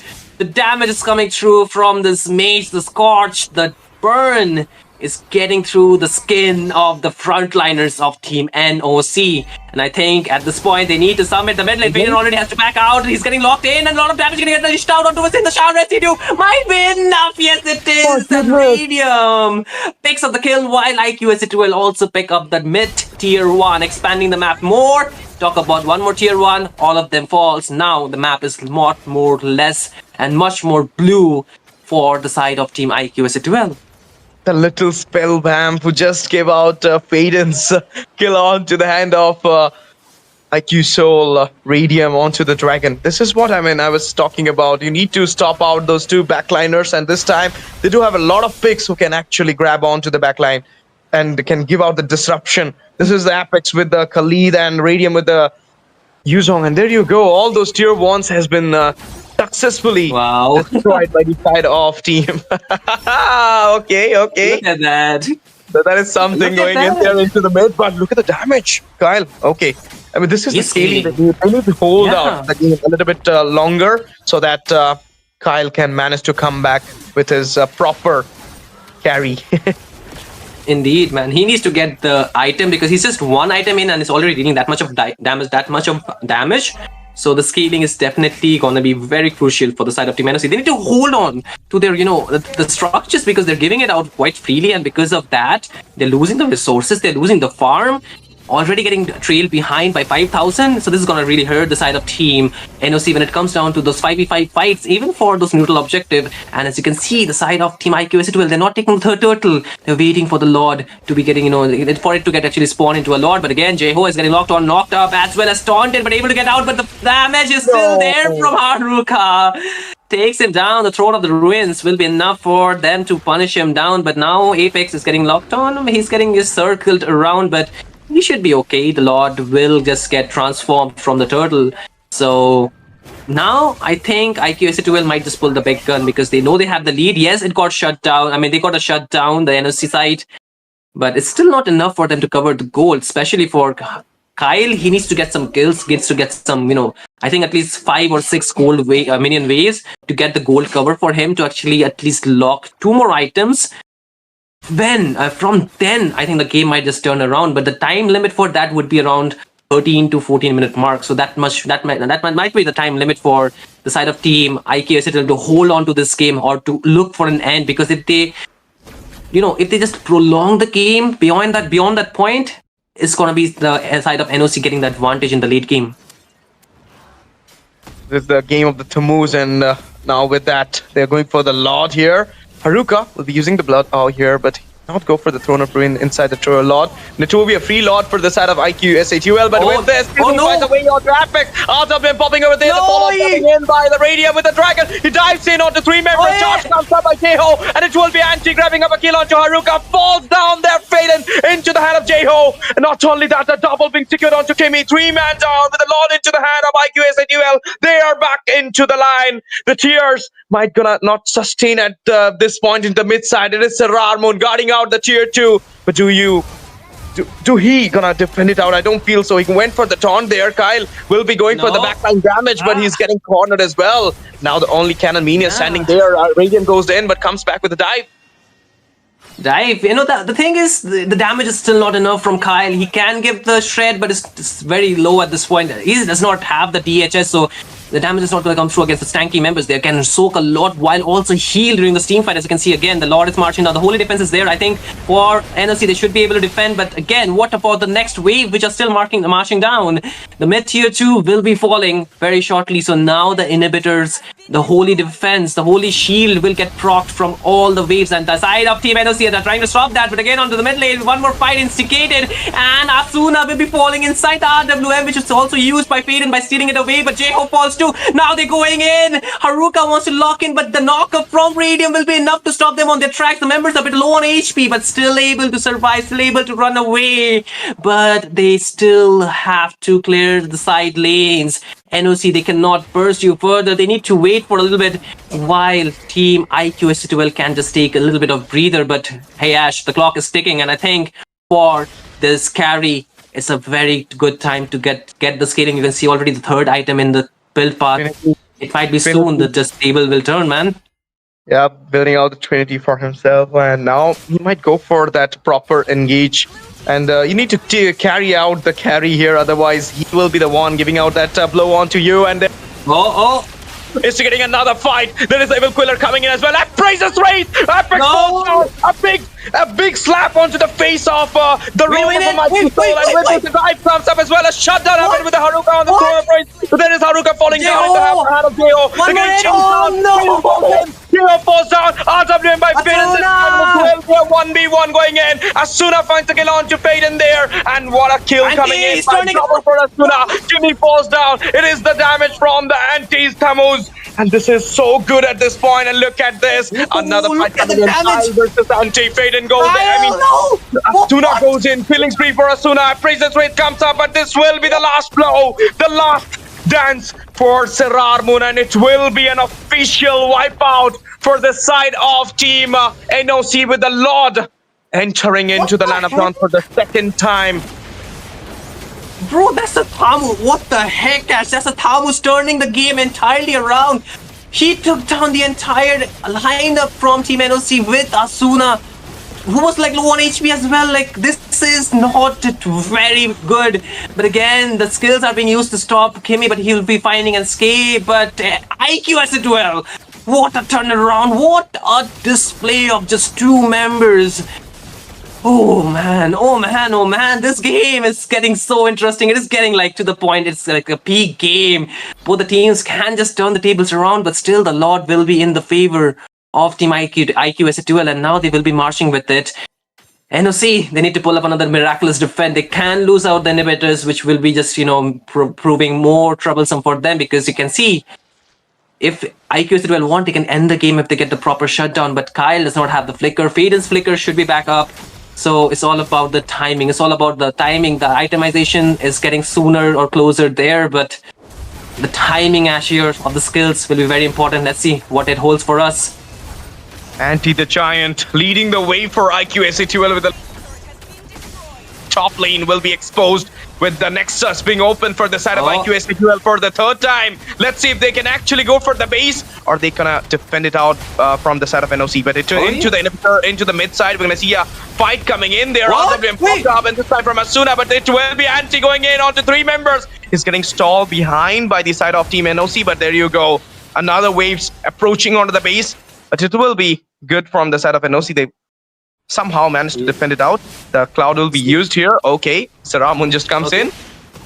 He comes in, but still the waves are crashing down, right? I think NOC, they still need to clear it out while also focusing on keeping themselves safe. But one engage from Apex can really turn the table around, but the bot inhibitor will be falling, and now one cannon min is all that IQST will have, but it should be cleared out. I think the game is not over yet, but more stack of minion. I think for IQST, they just need to wait, man. They just need to wait for the skills to be running out. But again, you can see the Black Dragon being used up, but it's getting shunked down really low. Oh no, the stun connects, but this time anti-falls around Moon gets traded off for that. But again, you can see the side of Team NOC, they're trying to chase him down, but look at Faden. He's low on HP, gets the shun, get the stun, but the RWM from Asuna will be enough to get the shutdown, get the close for Faden to be just calming him down, but still the match is not over. The game is not over, Ash. We are a long way from getting this game to a conclusive spot, but again, both the teams are still on it. I mean, when the game is a little bit heavy for the side of IQST, well, it is the mid lane GOAT who need to take out this game onto his shoulder, carrying this game for himself. The positioning, nobody can touch him, nobody can approach him at this moment. The way he's playing and the way he's securing those kills, the double, the killing spree, and now that unstoppable with the RWM popping over there. This is the playstyle. I mean, you do have a lot of members who can actually go for the backline disruption, but the way he is standing out there, he is dodging out your attacks, is kind of an amazing thing you're going to see in this game. But there you go. The third Lord is here for the Land of Dawn. And it is Team NOC who might going to contest it out as well. Saramun goes for the taunt. He went for that dance here. But there is the 4 members who are standing out. But it will get knocked off. Several special Vanguard being used. Raising Test coming in as well for the defense. But the Faden with the popping. Oh my goodness, RWM popped up as well. No, mid lane. Not emerging, but this time from the side Kyle, of the it's a target. Kyle getting caught down there. Wind of nature. No. Radium, who will be slaying out Kyle, and as well as Flavor of HP. Jeho goes in, finds the kill onto Haruka. 2 members standing in, double onto Faden. And you're going to see that it will be Jeho charging inside the way. Sarar falls down before he can cast out the Priestess Wraith. He goes down there. Kimmy is the only member. Meanwhile, channeling their way into the base. And then there is the recall taunting. There is the show being going in the base because it is Sky about Team NOC and clinch up onto a series of 2-1 in this BO3 series at round robin stage at Mythic Showdown. A dramatic comeback from the side of SATUL. 1-1 the score was. Team NOC was doing great, but then the macro being secured by Jeho just turned out the event, with Tammuz being giving out the follow-up, with Asuna carrying the game with his RWM. Beautiful.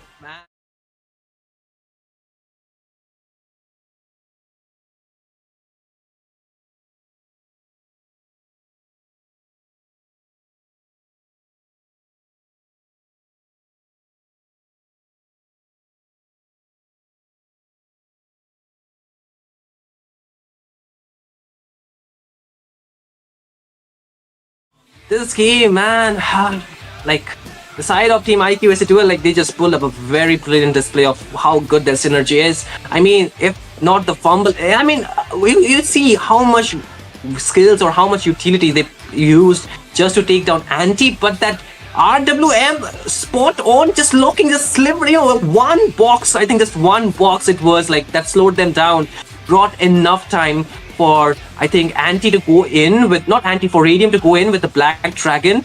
The Wind of Nature was used, the wall was there, but not enough for him to survive, man. Like, I'll say one thing. It is that kill onto Apex, the flicker forced out by Kyle was not necessary, was not needed at that point.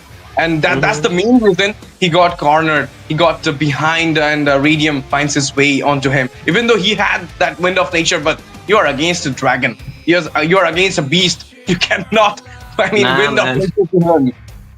Short range versus the ultimate range. I would say the dragon can cover the map so quickly, right? And not only that, I think when he uses his Black Dragon form, the skill range, it also increases a lot exponentially, right? So the Shah residue would happen enough for, even after using the Wind of Nature, I think the Shah residue was there to actually, chunk away the HP. But this time, man, I think Asuna, both of them were like the star of the show for saving the game out there. But Asuna, like his positioning was elite in this game. There were people who can mark him down, but the timings and the way he uses the RWM, is just very different, man. It's beautiful to watch, and I think the way he keeps himself safe is also a top tier level. Like I think for him and Avich, both of them with this Eve pick, they are just a different monster. It doesn't show, but they're a different monster, man. You're not taking another name, a rising star, Senju. Oh yeah, of course, man. That guy also outplays so good with the Eve, but it's not the night for Senju. I mean, it is over for Senju's night. I mean, he managed to clinch out that 2-0 win against Yama Esports, but now it is the night for IQ's SATUL. It is the night for Asuna, who gave out that carry in this game so far. I mean, the way, as mentioned by my friend, mentioned a lot of times by me, the way he was channeling himself, positioning himself in each and every team fight, not getting down by any of the members of NOC was the main thing which just changed the whole scenario for IQ SATUL. There was a time we thought NOC might make their comeback because of Kyle's carry, but then it is Anti's Thamuz who just give out that gap onto the EXP, to give out that damage, give out that proper team fight participation. I told you, like Thamuz, with the Thamuz, he gonna give a lot of slowdown with those damage as well. This is the new era for the Thamuz players. 2 on the score is IQ SATUL, another win into their pocket. 3rd win straight into the round robin stage, and a hat-trick already been done by them. A little bit closer to the mark of playoffs, and the NOC, they need a calculator right now. Calculate out if they're going for the playoffs or not, because right now they're in a situation, they're in a verge of elimination from the playoffs. Yeah, of course, they will play the rest of the matches, but they need to pull out all those matches. Can't qualify, man. The problem would be they can't qualify if not winning all the games.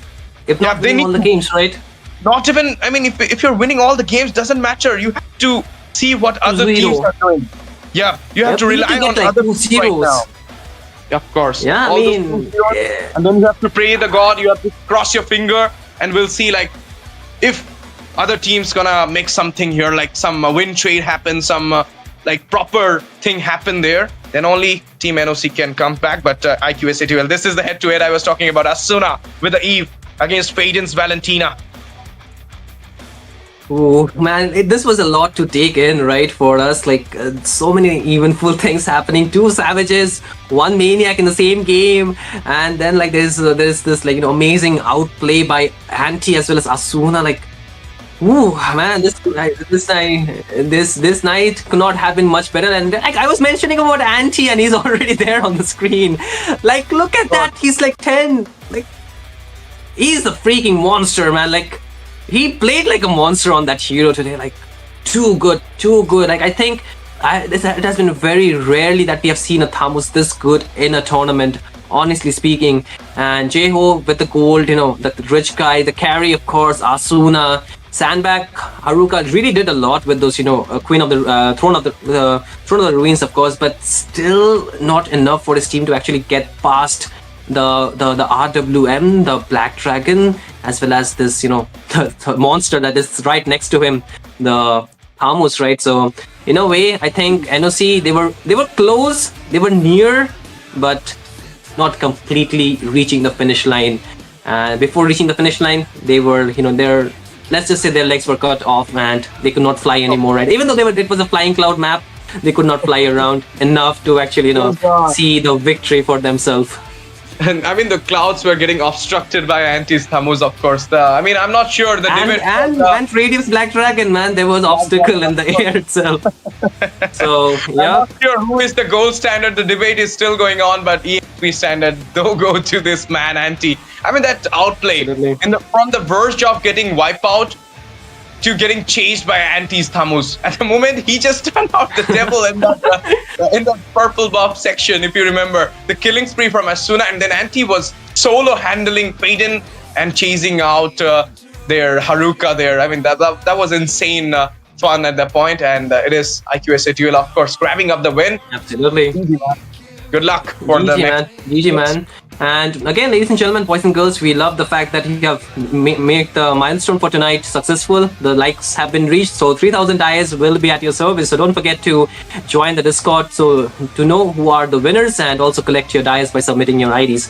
The Discord's link will be provided in the description below, in the comment section, not in the comment section, but in the lives as well by our moderators. So do ask for that.